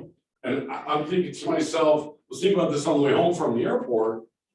Like, if I had a bad attitude about this day's gonna get ridiculously long. If from the time I get out of bed to the time I leave work is 16 hours, I don't want to be miserable. Sweet. Sure, of course, I still would rather stay in bed till 7. Didn't work out that way today. What are you gonna do? Right? Are you aligned with your heart? Are you ready to take action to have a successful day? What is it gonna take to win the day? Win the day, win the day, win the day, whatever that means in your life today. Lisa's got a house full of sick people. Right? How are you gonna win the day? Right? Nick's trying to figure out websites and tech stuff. Does he want to rent an office here or not? And his wife is thinking about getting licensed too, right? How do you win the day? What's that look like? What does it look like for Nikki to win the day? As part of her job is still my assistant. I learned last night. She asked me when we were gonna get candy. I had a hole in my night last night for about 20 minutes. I swung by to get some candy and almost had a stroke at the cost of damn pack of M&Ms. 45 piece package was $13.99. And I'm like, I didn't pay that to actually get my first child home. Let alone for 45 damn Snickers bars. So to win the day, Nikki doesn't have to go shopping for candy, right? Whatever win the day means. And if you gotta back that up to win the hour, then do that. What do I have to do to win this hour? And if you stack up enough consecutive hours won, you win the day. And if you stack up enough days that you win the week. And then the month. Right? What's it gonna take to win? Yesterday, I had a great day, but for me to win the day, I needed Tampa Bay to lose last night. I won a little bit of money and I hate Tom Brady. So I got to sit there Boo. for 3 hours and watch him get waxed. It's great. I can't wait for the Buffalo Green Bay game this week. Watch Favre Jr. get waxed. It's great. What is it gonna take to win the day? And think about that every morning before you start out on your day. What's it gonna take to win the day? Right? Is it hopefully in alignment with the belief system? Y4C2Ts. There's a reason it's painted on the wall. Probably pretty important. Every day, spend a minute on one of these. Just think about what it means. Integrity, do the right thing. We had an agent in this market center about 3 years ago that had fallen on hard times. She drove here from Arvada every day. And she and a guy she was dating went on vacation to somewhere with the beach, Bahamas, Hawaii, wherever. She was all over Facebook posting pictures of her on the beach. She came home the first morning on her way back into the office, blew the engine in her car. She called our TL and she was like, can you guys help me out a little bit? Pay my office bill for a couple months. Like, can you help a little bit? We have a fund for that. We have KW Park Meadows Cares Fund. It doesn't always have to be for, frankly, the 2-year-old with cancer. If you run into a hardship in your life, we want to be there to help. So the TL called an emergency meeting of the ALC, explained the situation, and the ALC voted no. Because we all seen her pictures from the beach the week before, and they were all like, if she can't afford to pay for her car repair, she should have been on vacation. And my thought was, had she known she was gonna blow the engine in her car, maybe she didn't. So the vote was, I think we had 8 members on our ALC that year. The vote was 6-2 against. So as we hung up the phone from that phone call, I voted yes. The other agent that voted yes, she was calling me faster than I could call her. And we agreed real quick to call the TL and tell them, you know what, we'll donate $500 a piece and help her out. Help her get her car fixed, whatever that's gonna look like. And we did that because of integrity, what we felt was the right thing. With the caveat that we remained anonymous. I did, she didn't, somehow word got out that she kicked in $500, whatever. But it was about integrity, doing the right thing for our people. 6 months later, that agent left Keller Williams and is now blowing up, doing $10 million a year in real estate for another company. And I'm fine with that because I still sleep at night knowing I did the right thing. I won that day. No matter what else happened that day, I won. And spent a lot of time on win-win and a lot of time on communication, seek first to understand. Dave, with what you're attempting to do in the election, how much success would you have if you didn't listen to people? Oh, God. You wouldn't get a vote. No. The votes you would get are from women who are like, well, he's handsome. Right? And that's debatable. But you have to listen to understand what the public's issues really are. You can't just listen to respond, which is what most politicians do. They listen to respond. It's why when we get anybody passed, once they start at the Senate, you ask a question, they give you the answer that they think you want to hear. They have no idea what it even is, what the issue is. Yep. Right? Because my value proposition truly reflects who I am. the value I bring, and the benefit my clients will experience working with me. Right, Lisa, your best clients ever are gonna be other nurses, did you know that? Because you have so much in common already, you've saved lives. Yep. You know how cool that is, be able to say, I've saved lives, and you're gonna work with people who have saved lives, right? It's gotta be in your value proposition somewhere, right? Am I confident sharing my value proposition with my contacts? If not, how can I make it easier to express my value? You first have to identify it, and then you just tell people, and then you live it. If you live your daily life in your value proposition, everyone will know that, and that's a great way to communicate. Live in your value proposition. Revisit your big life. What's your vision for your life? What's your 1-year vision? What's your 3-year vision? What's your 10-year vision? My vision was a 10-year vision 2.5 years ago. Now it's a 7.5-year vision. So on April 17th, 2030, I'm going fishing. And I may not come back. Because that's my vision. I think a lot of people should have a vision board with whatever on it that's going to remind you of your vision, and you keep it where you can see it. Above your computer, in your office, at home in your kitchen, put it in your master bathroom, wherever. So you can see it and be reminded of it every day. And define what is your big life? What is it going to take for your life to be big? Not even just successful, not even just financially stable, but what's it look like when it's big? Right? What do you want your legacy to be? That hit me hard 4 years ago. What do you want your legacy to be? Hey, Ricky, can that be our next workshop next Thursday? Vision board? We can do whatever you want. Absolutely. Because everyone else, you can work on it like you're short. Not everyone's gonna do it. That's the point of workshop, is it's wild card. Everyone can work on what they want. You want to build a vision board? Hell yes. Ask everyone to bring in a magazine that they've got laying around that they were otherwise gonna throw away, that you can thumb through for photos. Right? Build a vision board. What's your big life gonna look like? 4 years ago, I was at the doctor and he said, you have this problem. It's not a huge health risk. I was told I have tremors. Right? My mom had it, my grandmother had it. I have 2 uncles on that side of the family that had it. I'm the oldest of 4 kids that have it, and I was the last one to have symptoms. One uncle and me have most of it in our hands. I have had days where I cannot hold a spoon. But what struck me about that was I have medicine that I have to take every day for the rest of my life. And when I heard that, I was like, wow, the rest of my life. Shit, I was 48. I'm like, well, I don't know if I'm gonna live to be 97, so let's say I die at 95, I'm on the back 9. And it really struck me. It didn't hit me hard, I didn't go home and suck my thumb. It changed my perspective on everything, and I was like, what is the legacy I'm leaving for my kids? And at that moment in time, the legacy was, we know my dad loved us and he was really funny. Which are both true, but that was it. So I spent 2 years building a 10-year vision.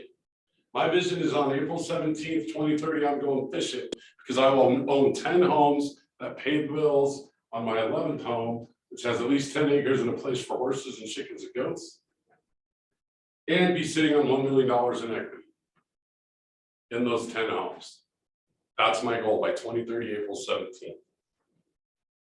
And I wrote that and I started building a plan and I was like, that's impossible. I'm a redneck from Wyoming. $1 million in freaking equity and enough rent to cover my bills on a 10-acre ranch. Then I did the math and I was like, well, that's achievable actually. So that's the goal and that's my big life. And then if I'm fishing and I get a phone call from someone that says, hey, I need you to help my daughter, she's buying a house, I get to decide what I do instead of saying auto yes. That's my big life. And I live it every day. That's why it was okay to get up at 4 o'clock or 4:30 this morning and take you into the airport. Your big why. Because you are after extraordinary results, it is the reason you get up every day and go do what you do. What is it you'd be excited to do at 4:30 tomorrow morning? I was not excited to take my girlfriend to the airport. She's in Wisconsin for a week. But I was excited to have the opportunity because she's my girlfriend. I was excited about that. and trips to the airport is part of our relationship. I can't tell you how many deep, meaningful conversations she and I have had 3.5 years together on a highway on the way to the airport or on an airplane, right? So that's part of my big why. You want me to get up at 4:30 in the morning because, I don't know, something stupid? Yeah, I'm not doing that. Not, but it allows me to be in my passion. I will not be getting up at 4:30 AM tomorrow. Just being clear. I understand that physically, you'll laugh at this, Lisa, physically, you can never catch up on sleep if you miss it, right? But I assure you, I will catch up on the math. My version of a 14er in Colorado is to go to bed at 6 and get up at 8 AM. 14 hours, that's my 14er. Your big why will power your big life. I think it's important when you identify your big life and you're setting your life up to live in your big why, you have to take smaller steps sometimes, and you got to find out what will fill your cup of energy every day so I can live in my big why. Because I believe if you live deep in your big why, it takes a ton of energy. It takes a ton of commitment. Commitment takes energy. What can I do on a daily basis to fill my cup? Right? I get to teach Ignite. I got to teach day 1 of Ignite. I get to teach the last day of Ignite. It's a huge deal for me. I can spaz out. You guys can't see me on Zoom, but I'm doing laps around the room as I'm teaching this because I'm so passionate about figuring out your big why and getting it and live it every day. If you get a chance on Facebook, look for a lady named Candace. And I'm blanking on her last name. It's not Owens, don't laugh. Although you could. That's not where I was going with this.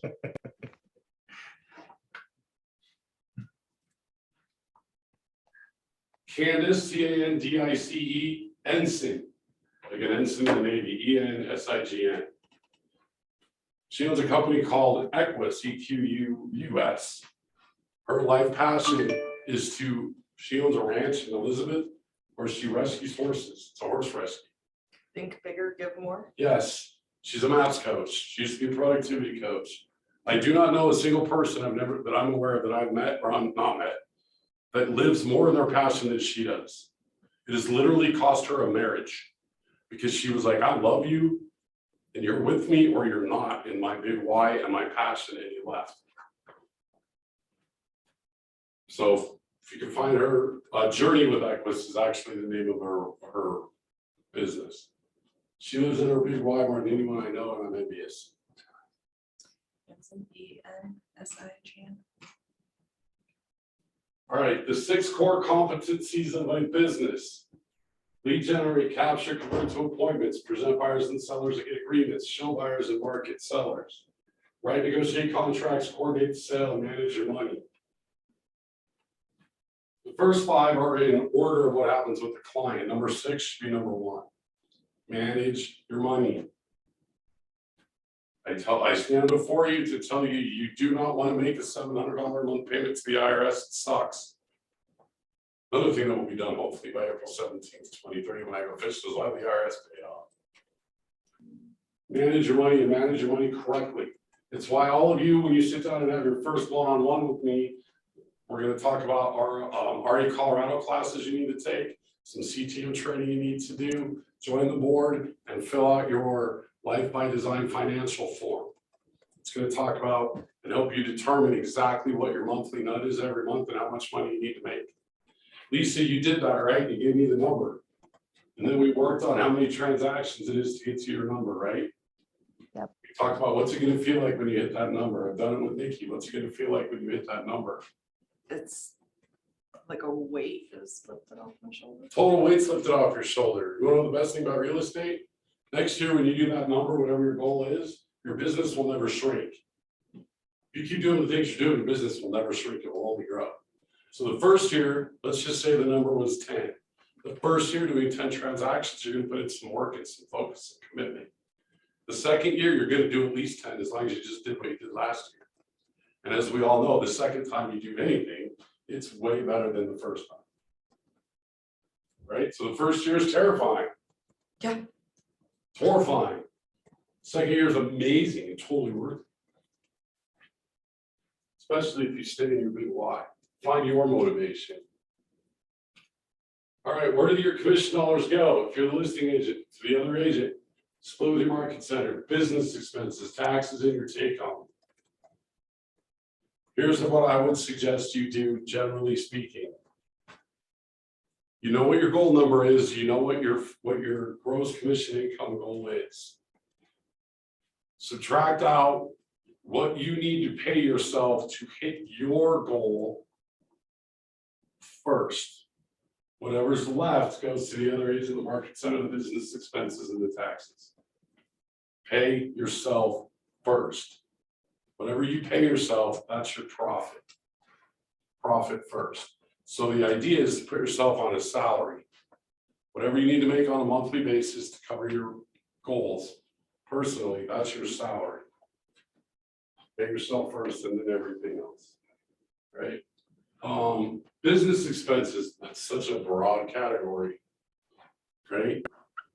I haven't had this happen in quite a while. We're getting back to that kind of a market though. You're sitting through inspection resolution and you're $2,000 apart on getting the deal done. Is it worth it financially for you to call the other agent and say, listen, we know we're $2,000 apart. How about you toss in $1,000 and I toss in $1,000 and we get this deal done?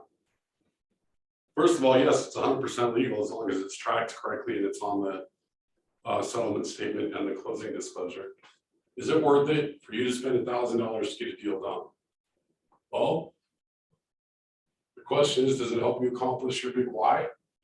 Does it help you with the money? Do you want to start over with this client as the buyer agent and start showing homes and negotiate getting under contract again? Maybe it's worth $1,000 to get this client done so you can move on to the next one. Maybe it's not. Maybe it's the only buyer you got at the moment. You're like, nope, I'm not willing to give up any of my commission. Totally depends on your situation, what you're willing to do.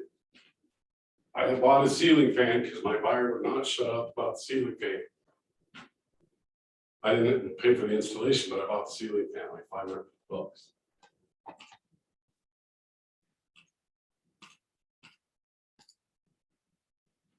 Financially sound or unsound?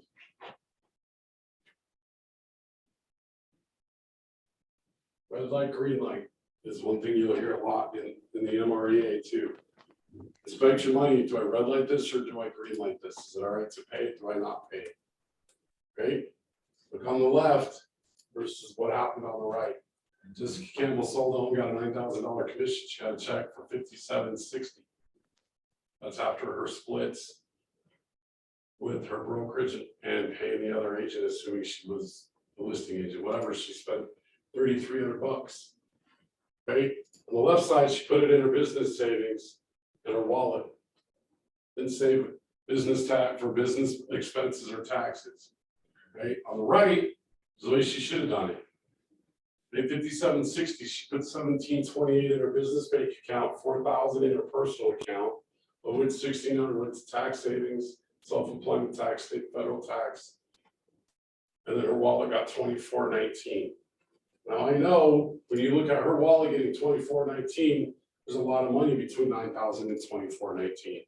But when you start looking at your money this way, you start looking at where can I save? Well, step one to me would be get to cap. Once you cap and you get 100%, all that math changes. Where can you trim your business expenses? Right? Be able to take a look at that, and you should do it at least once a month. Money is only as good as for the good it can do. The flow of money, what goes in, what goes out, what's left is profit. Pretty basic, right? That's why I think you should pay yourself first. You can figure out how to spend the rest equally and correctly. Profit, what's your goal? What are your expenses? What's your income? Just a different triangle. I think you have to start with your goal. That could be just me. Expenses related to your real estate business, cost of sales. Do you understand the difference between a cost of sale and an expense? Right? If you pay it at closing, it's a cost of sale. If you got to pay it whether you close or not, it's a business expense.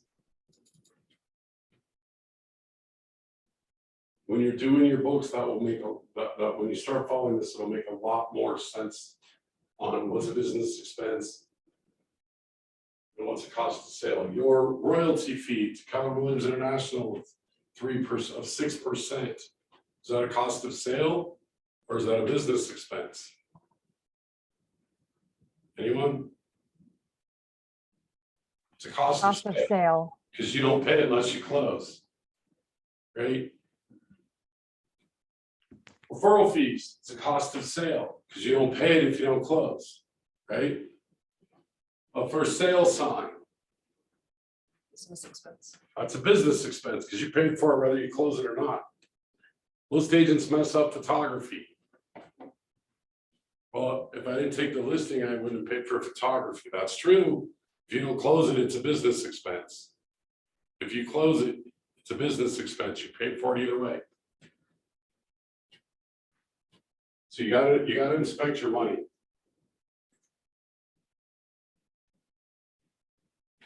Best practices, gain clarity on your big why.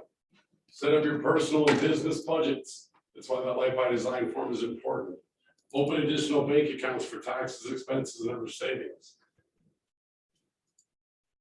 Download and use the MREA chart of accounts. That's what it says. What I read is hire an accountant. You can purchase, download your own accounting software if you want. Hire a bookkeeper, hire an accountant, CPA, attorney, tax advisor, all true. The best part about having an accountant, a CPA, an attorney, and tax advisors is that's 4 people that you have a relationship with. Do you know how many accountants get a phone call in January every year from people who say, I make $4 million too much, I need to invest in property? Literally will write you a check for $1 million to go buy any house you find for them. And pay cash because they need to invest the money. You need to develop a relationship with a CPA. Set your dates and calculate, pay your estimated taxes. Your CPA will help you with that. Prepare for your future insurance, savings, and investments. All of these are critically important. Think and act the wage you want before you earn it. Average is as average does. Good is as good does. And great is as great does. What you do is who you become. That is a fact. Act your wage. Dress for the job you want, right? Problem with that is you end up in HR looking like Wonder Woman, trust me. Revisit your net profit goals, your net income, your company dollar and royalty cap, business expenses, total gross commission, your average commission, annual transaction goals. This is an extremely simplistic view of the Life by Design form that we'll go through when we meet first time.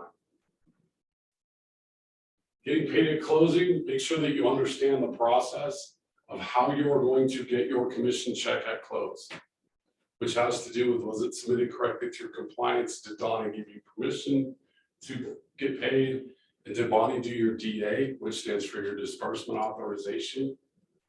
That shows the title company, all of your, in our example, the $9,000 commission, how that should all be split up, will be done by the title company.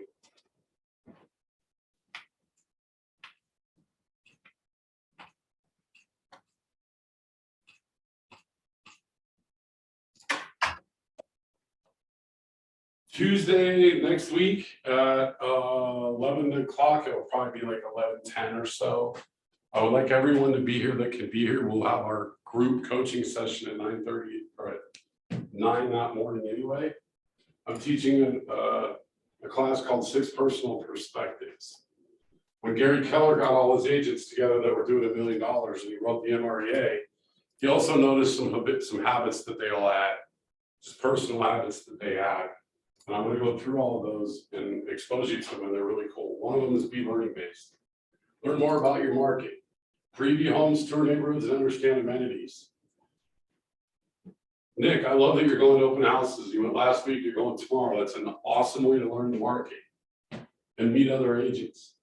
Learn about how long homes stay on the market, understand new construction. I don't know what codes means. I don't know, door lock codes, I guess. I don't know. Probably county codes. How far, when you have a new build, how far from the front sidewalk does the house have to be? right? How much is the egress, things like that. Attend the events, family reunion, mega agent camp.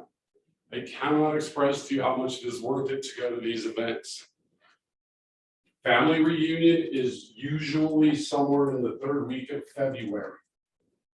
It rotates in about 5 different cities. For example, February 2023, it's in Anaheim, California. It will be, and I've gone to Orlando, I've been to Dallas, I've been to New Orleans. I purposely avoided in Vegas. The year was in Vegas because money was pretty tight. I wasn't going to allow myself the opportunity to go ruin my life in Vegas that week. Mega Agent Camp is sometime usually the third week in August. Mega Camp is always in Austin. I highly recommend you go. Nikki and I went this year and it completely changed our business in a day and a half. I took my assistant down to Mega Camp and came back with an agent, is what happened. Which has been fantastic so far, come January when I no longer have an assistant, I don't know what I'm gonna do. Read the MREA book, read Shift and read the One Thing. You can read them in any order you want. I think for me personally, the One Thing, you should read that one first. If you're a reader at all, it doesn't take very long. Shift is an easy read, it's not very big. It helps explain how Keller Williams got to be Keller Williams. It explains to you what Gary Keller went through in the 80s. And I think it's pretty mind-blowing, to be honest. Keep an eye on your email. They have different seminars and Yep. webinars and stuff. Like I just went to Webinars, Shift. seminars, all kinds of stuff. I just went to right? Shift like a month ago. Yep. And it was awesome. I want to get a shirt that says either I got shifted on or I shifted my pants. I want to make those t-shirts. We'll get people's attention. Tickets for family reunion this year are about $1,300 for a ticket to get it to the event and then your expenses and stuff. You know, there's some sticker shock and that's expensive and I promise you it's worth it. If you get early bird tickets, they are $800. They went from maybe $899 to $1,300 at the end of September. But start every commission, put $100 away for family reunion. And then when it's time to register, you'll have half or 3/4 or maybe all of it ready to go. Did you already get tickets to that event? I have not. I registered for mine. Because I free. When you're a mass client, you get tickets to those events for free. Courses, 6 personal perspectives. There's a 1 hour, a 4 hour, and an 8 hour version of 6 personal perspectives. I'm going to take the 1 hour one and probably stretch to an hour and a half. BOLD. BOLD stands for Business Opportunity for a Life by Design. BOLD is a 7-week course, 1 day a week, all day. You're going to want to take it. It will blow your business up. I do not know the cost of it. It used to be $800. I'm not sure. However, if you want some help with that, there are ways around getting help from BOLD. They'll help with a payment plan. Market Center does some BOLD scholarships. We'll pay attention when BOLD comes back, which will probably be January. And we'll really push it out to the Market Center because I think everybody should take it. I've taken BOLD 8 times. If you walk in my office, you'll see the little plaques I have from the times I've finished it. Quantum Leap is an incredible class, especially if you're younger. Financials, I'm going to skip the Command Your Business because you guys know where to go learn about Command already. Smart Finances, Profitability. There's a class called Profit Camp. It's like a 3-hour class that gets offered once in a while. Pay attention for that and take that. It's really good. Business Planning Clinic. If you can find a business planning clinic, take it. I took it last week over here at the Marriott. I have the outline of my business plan for next year, at least as far as Broad Horizon Homes goes, my real estate business. I have not interconnected it with coaching yet. That's on the plan for this weekend. Career Visioning. Critical class if you're going to grow your business, you're going to add people. It's how to do the interview. When I hired Nikki to be my assistant, Nikki, how long was the interview process? months? It was like 2 months. I had the opportunity to take 2 months, probably 30, no less than 30 hours of interviewing Nikki. The idea is, yes, that sounds ridiculous, but it's also the best chance you have of having the right person. Had an agent in here he was a Keller Williams agent for literally 20 years. He was here for like 6. And he would burn through an assistant every 8-9 months, just like clockwork. He wouldn't take the career visioning class. I took the career visioning class, I've taken it twice, and that's how I ended up with Nikki on my team, and it's been the best decision I made in my business. Pay attention to the classes going on and what's being delivered by the market center, by the region, by the coaching program. You guys should never suffer in terms of not knowing when the next class could be to help you out. And remember, when you write the right schedule, it's your days off first, your personal time second, and then your education. You should always have your education in your schedule. What classes are you taking?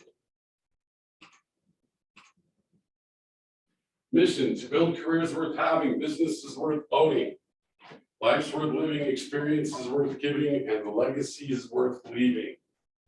My goal is to leave 10 houses to my 3 kids and let them find it out when I'm dead. Years ago, I was standing in line at a 7-Eleven and there was an older guy in front of me, a really older guy, had a walker, real slow. And he walked up and he wanted to buy lotto tickets. And the cashier said, "You want one lump sum or do you want the payment plan?" He said, "I want the payment plan." She looked at him. This guy was really old. She was like, "So are you sure that you understand you want the 20-year payment plan and not the one lump sum? He goes, "Yeah, when I win this, I'm gonna leave it to my kids and I hate them and I want them to fight it out in court after I'm dead." I was like, wow. That's a legacy for him. Yeah, that's a legacy for you. Design your future. You gotta have a value proposition, a big wide limit. Profit goals, number of transactions. You gotta have the right database. You gotta have the right money business, which means inspect your money, hold your money accountable. Accountability in general, and be learning based. Do all those 8 things, your life's gonna be fantastic. And then everybody that in your family and your friends that thought you were crazy for becoming a realtor, you can flip them off and tell them, "See, I told you." Okay, you guys have all been ignited now. You're all ready to go out and do $1 million worth of real estate right now, right? From the beginning of this course to now, which was a month ago at least, what have you learned? Talk to me about some of your ahas and what you've learned.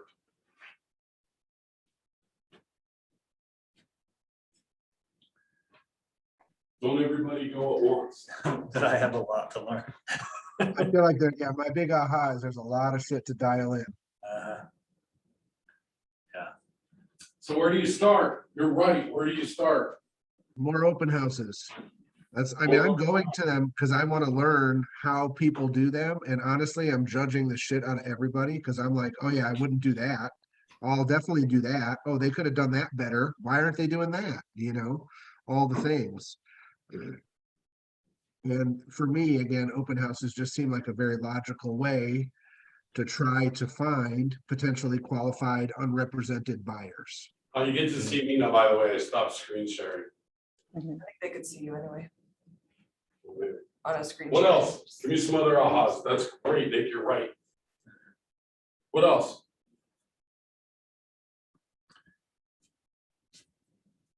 Then at least, like from what I'm hearing from, and this is just so new coming into this, that I might like selling and listing more than working with buyers. What's important to you about that? More control over my time. And setting one place, you know, that you just have one, as you put it, but I mean, one place that you're really concentrating on and marketing the hell out of it and doing it with the very best it can. And to me, I like that concept. A versus- geo farm. Yeah. Right? Okay, so what would be the one way you could start building that? Get hold of a title rep from one of the title companies and sit down with them and they will help you build that plan out. They will get you names of all the owners and the addresses in the neighborhood. So you'll have owners' names, who, if it's owner occupied or not, how long they've owned it, things like that. So when you pick a neighborhood that you want to farm, right? You can pick it location wise based on what's important to you about where. Two kinds of agents, those that can work in their neighborhood and those that can't. I cannot work my neighborhood. I don't know what I'm doing at 3 a.m. naked in the bushes, but if they saw me, they're not hiring me to be their realtor. That's my fear. Right? But pick a neighborhood and then you can sit down and go through the MLS and determine, is there an agent that's already farming that area and killing it? Like they're just blowing it up and having great success. Then you can make the decision, do I want to go bang my head against that or do I want to pick a different neighborhood? I would advise pick a different neighborhood. If there's 30 sales in the last 12 months by 30 different agents, that might be one to consider. Right? The other thing is you want a turnover rate in that neighborhood of somewhere between 8 to 10%. If 8 to 10% of the homes in that neighborhood it didn't sell last year, it's a very slow moving neighborhood. Might not be one that you want to farm. If it's more than about 12%, either something's wrong with the neighborhood or it's so busy you can't keep up with your customer service. And I would tell you, do not farm more than 200 homes. That's my number. You can handle a little bit more if you want, but I think 200 homes.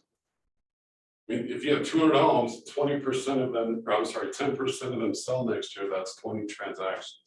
As a single agent, you can do 20, right? That's awesome. You got a game plan. Yeah. Let me know after next Tuesday if we're gonna implement that or if we got something else. to Right, do. exactly. And that's the other thing I was thinking too, that if should I win, this might be the route to go versus Sure. time and all that type of stuff versus driving all over with what you were describing the other day. I mean, that sounds exhausting. I mean, with 16 homes or 19 homes that you were talking about. I mean, Yeah, It's pretty exhilarating too, though. Like I thought I would hate it, and I love showing homes. that's cool. you'll get over it. Well, right now, I don't really like, my buyer is a very, very low, like 170 is max. So we're looking at condos and his biggest red flag, and no, I will not live here, is if it has cockroaches. I Which had is no not an unfair idea. request, like no Yeah. cockroaches. Yeah, seems fair. that's fair. Also extremely difficult to find in that price point. Yeah, It's. cockroaches have a good threshold here in our market. Yeah. All right, what else have you learned? Cockroaches were out They're little. here. Okay. And if you see one, there's a Come on, billion. Lise, you learned something. And they can I hold know, no, I'm, their peanuts it's hard to like articulate completely submerged. what this past month. I think it's been really valuable to see the handful of people to come in and just how incredibly different everybody is in the way that they run their business. Yet they're all incredibly successful. So I think I've gained a lot of valuable tools through this. I know how to, like, just the concrete things. I know how to do them better now. Open houses and conversations and scripts and, things like that. So I definitely put a lot more tools in my tool belt here. That's a fact. A Yeah. tool belt will get very heavy really quickly. Yeah. And then the idea is that you fill it up with so many tools that you can start throwing some out that you don't use. Yeah. Right? Command's a huge tool in real estate. I personally don't use it. Because I don't want Nikki to hate me when I screw it all up or accidentally delete it or whatever. His business uses it. My He business doesn't uses touch it, I it. do not. Listings, leads, and leverage, right? That's leverage. All right, Nikki, how about you? What have you learned? For me, it's gonna go back to the schedule, making sure that I set my schedule according to how I need to for my own sanity and for my personal relationships and my family, to make sure that this venture and career change doesn't impact those relationships, to make sure that I'm still showing up and not burnt out. So my schedule looks like I'm really, really, really busy because I've time blocked things out. And I am busy, I'm a lot more busy now than I was before, but just making sure that I time block. Send one text real quick.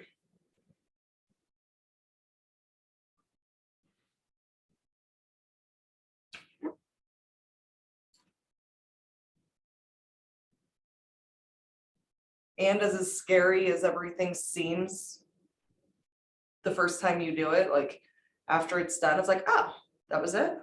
So I just had a panic attack for 30 minutes before writing the offer.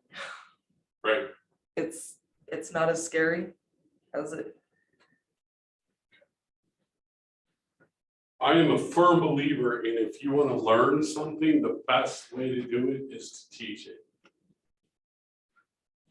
Right?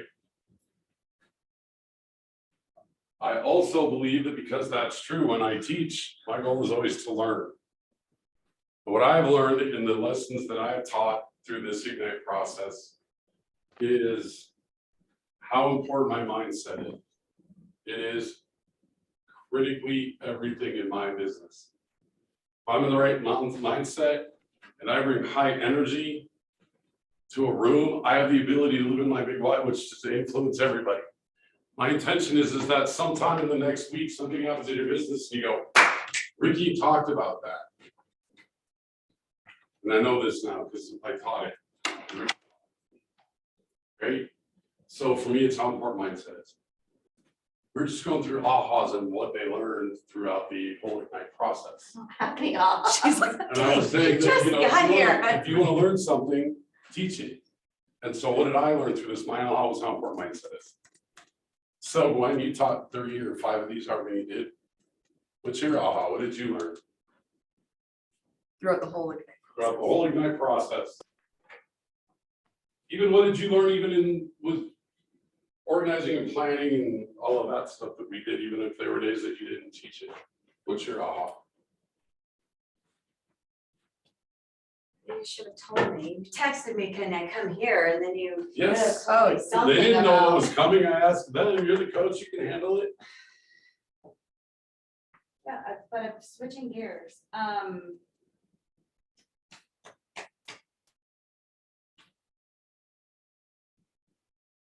Gosh. Yours was about mindset? Mine was mindset, how important mindset is. I can't show up and teach Ignite and be in a bad mood. Oh, that, Hers is make sure you have a good internet connection when you're doing Zoom. there you go. I'll take it. Yeah, See, Nikki can't be comfortable in the quiet pause time either. I She cannot, can't no. answer. better. Oh, you must have done negotiating, right? We did. Yeah. Ask the question and then wait.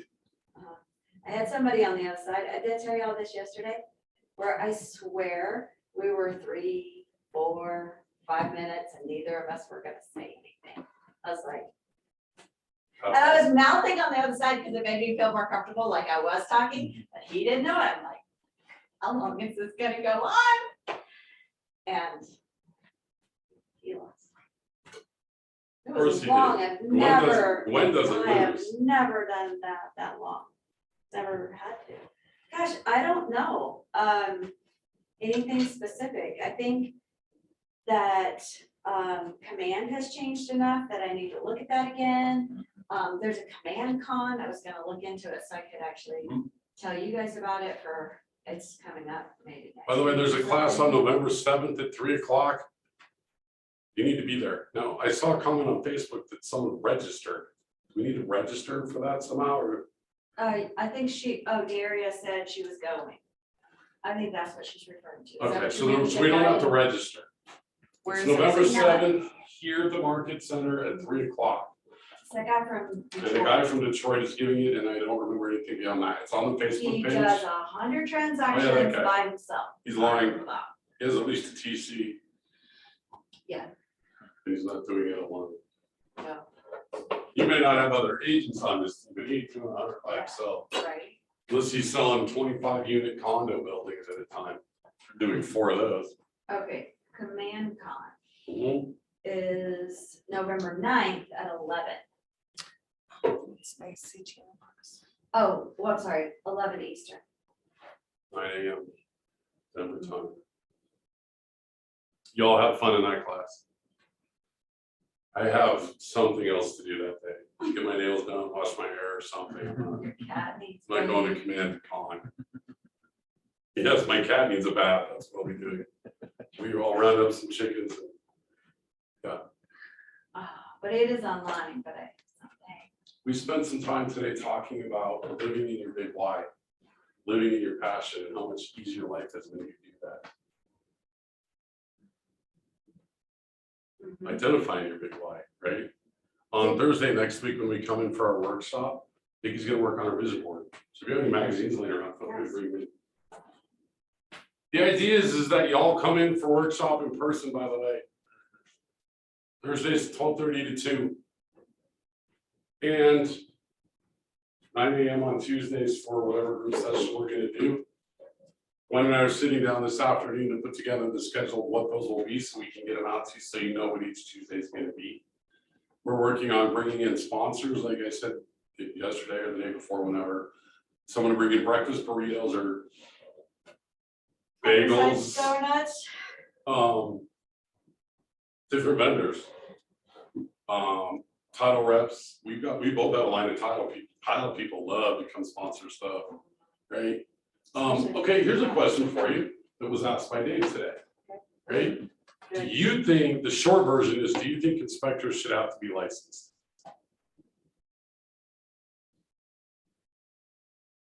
Yeah, I paused too. I do. Okay. My husband is an inspector. And when he learned, How did I not know that? well, because he's never. You always worked say with- he's in contracting.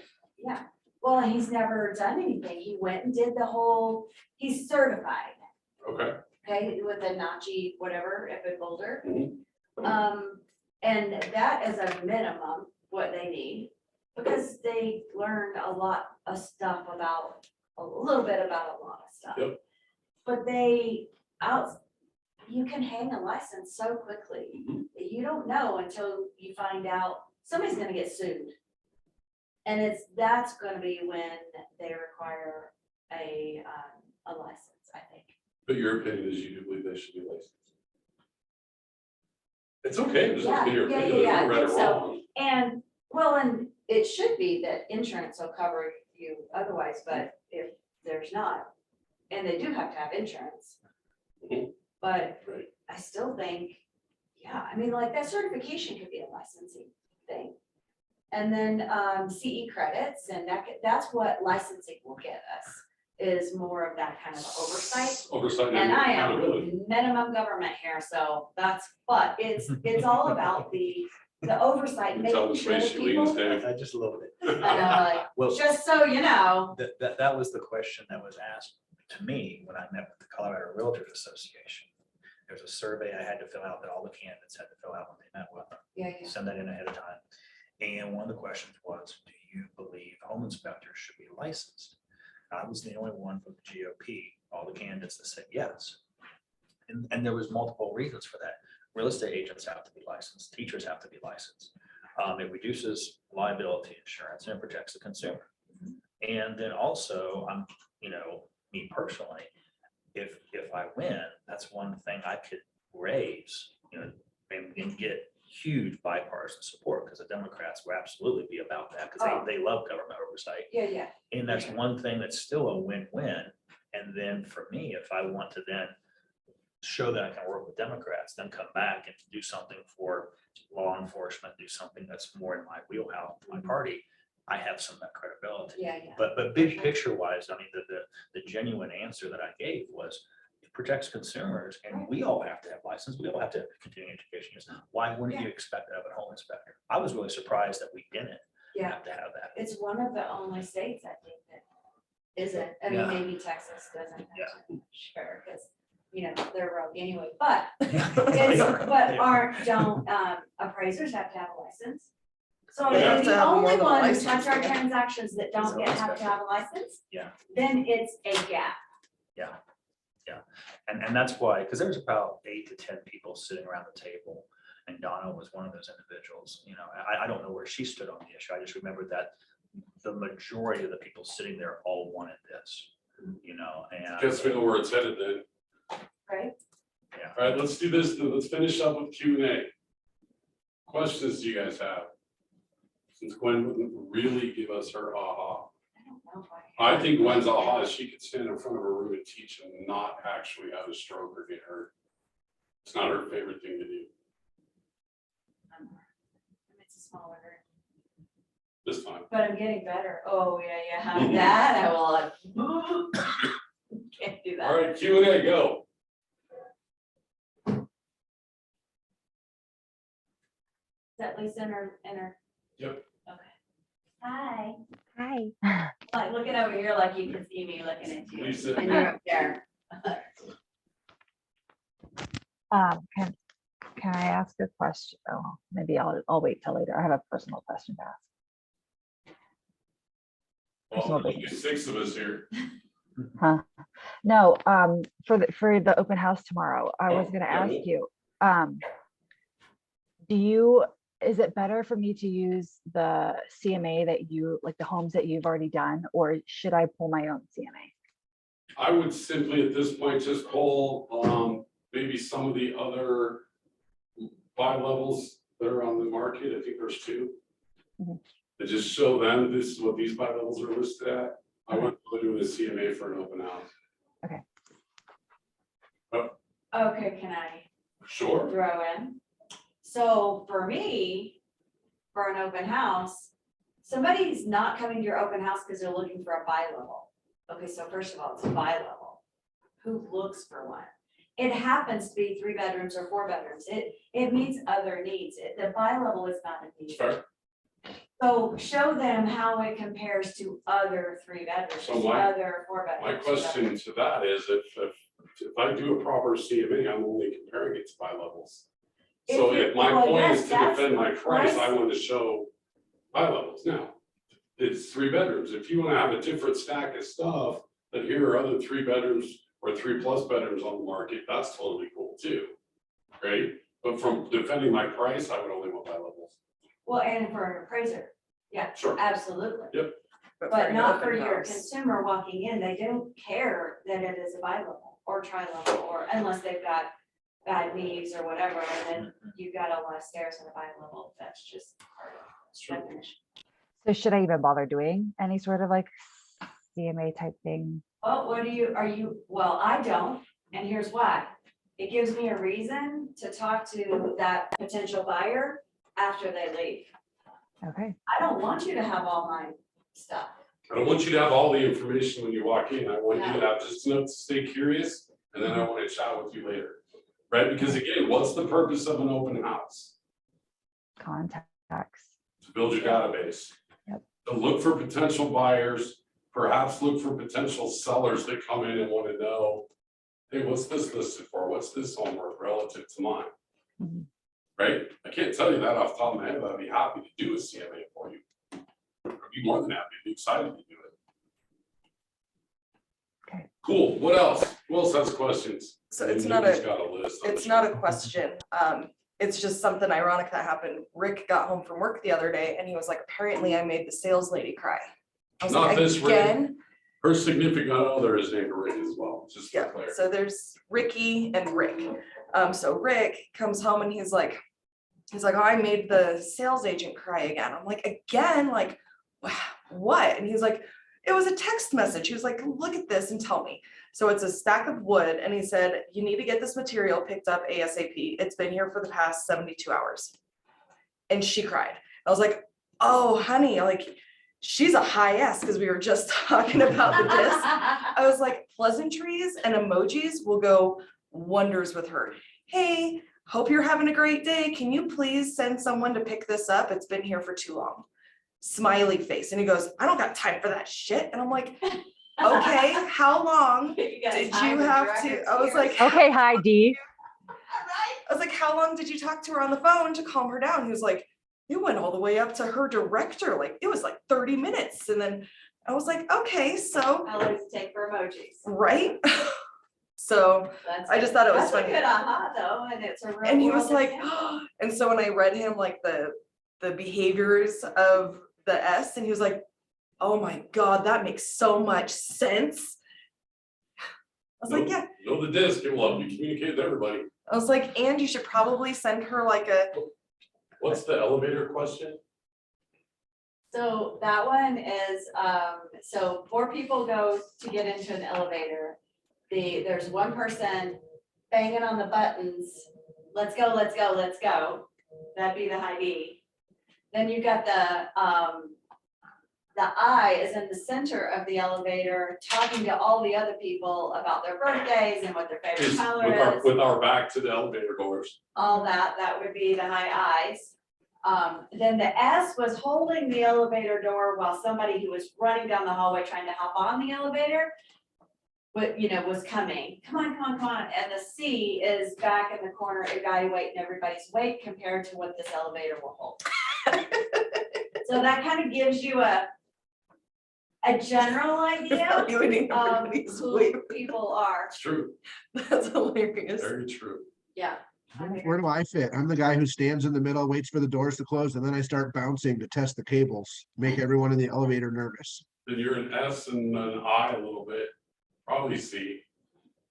I'll bet your disc would be, I'll bet your disc is a high S. S Be my and guess. C is what my guess. Guess Here, which I'm gonna one do Ricky is? I'm gonna do the disc thing this weekend. That's just on Tony Robbins' site. Is that where I find that? Yeah, Yeah, I you put did. it in the Facebook group, so scroll back and get. the I see link. Nick as a high I. No, I got him as an Okay. S. Ricky's the high I, Ricky's the one that walks in the elevator, crosses his arm like this with his back to the door, asking people their name and what they do and why they're in the building and how's their dog, totally me. Oh yeah, by the way, 9 times out of 10, I forgot to push the button that I need to be on anyway. So I'm like, well, I guess I'll go to the top and I'll catch the second floor on the way down. And this from a guy who used to take an elevator for a living.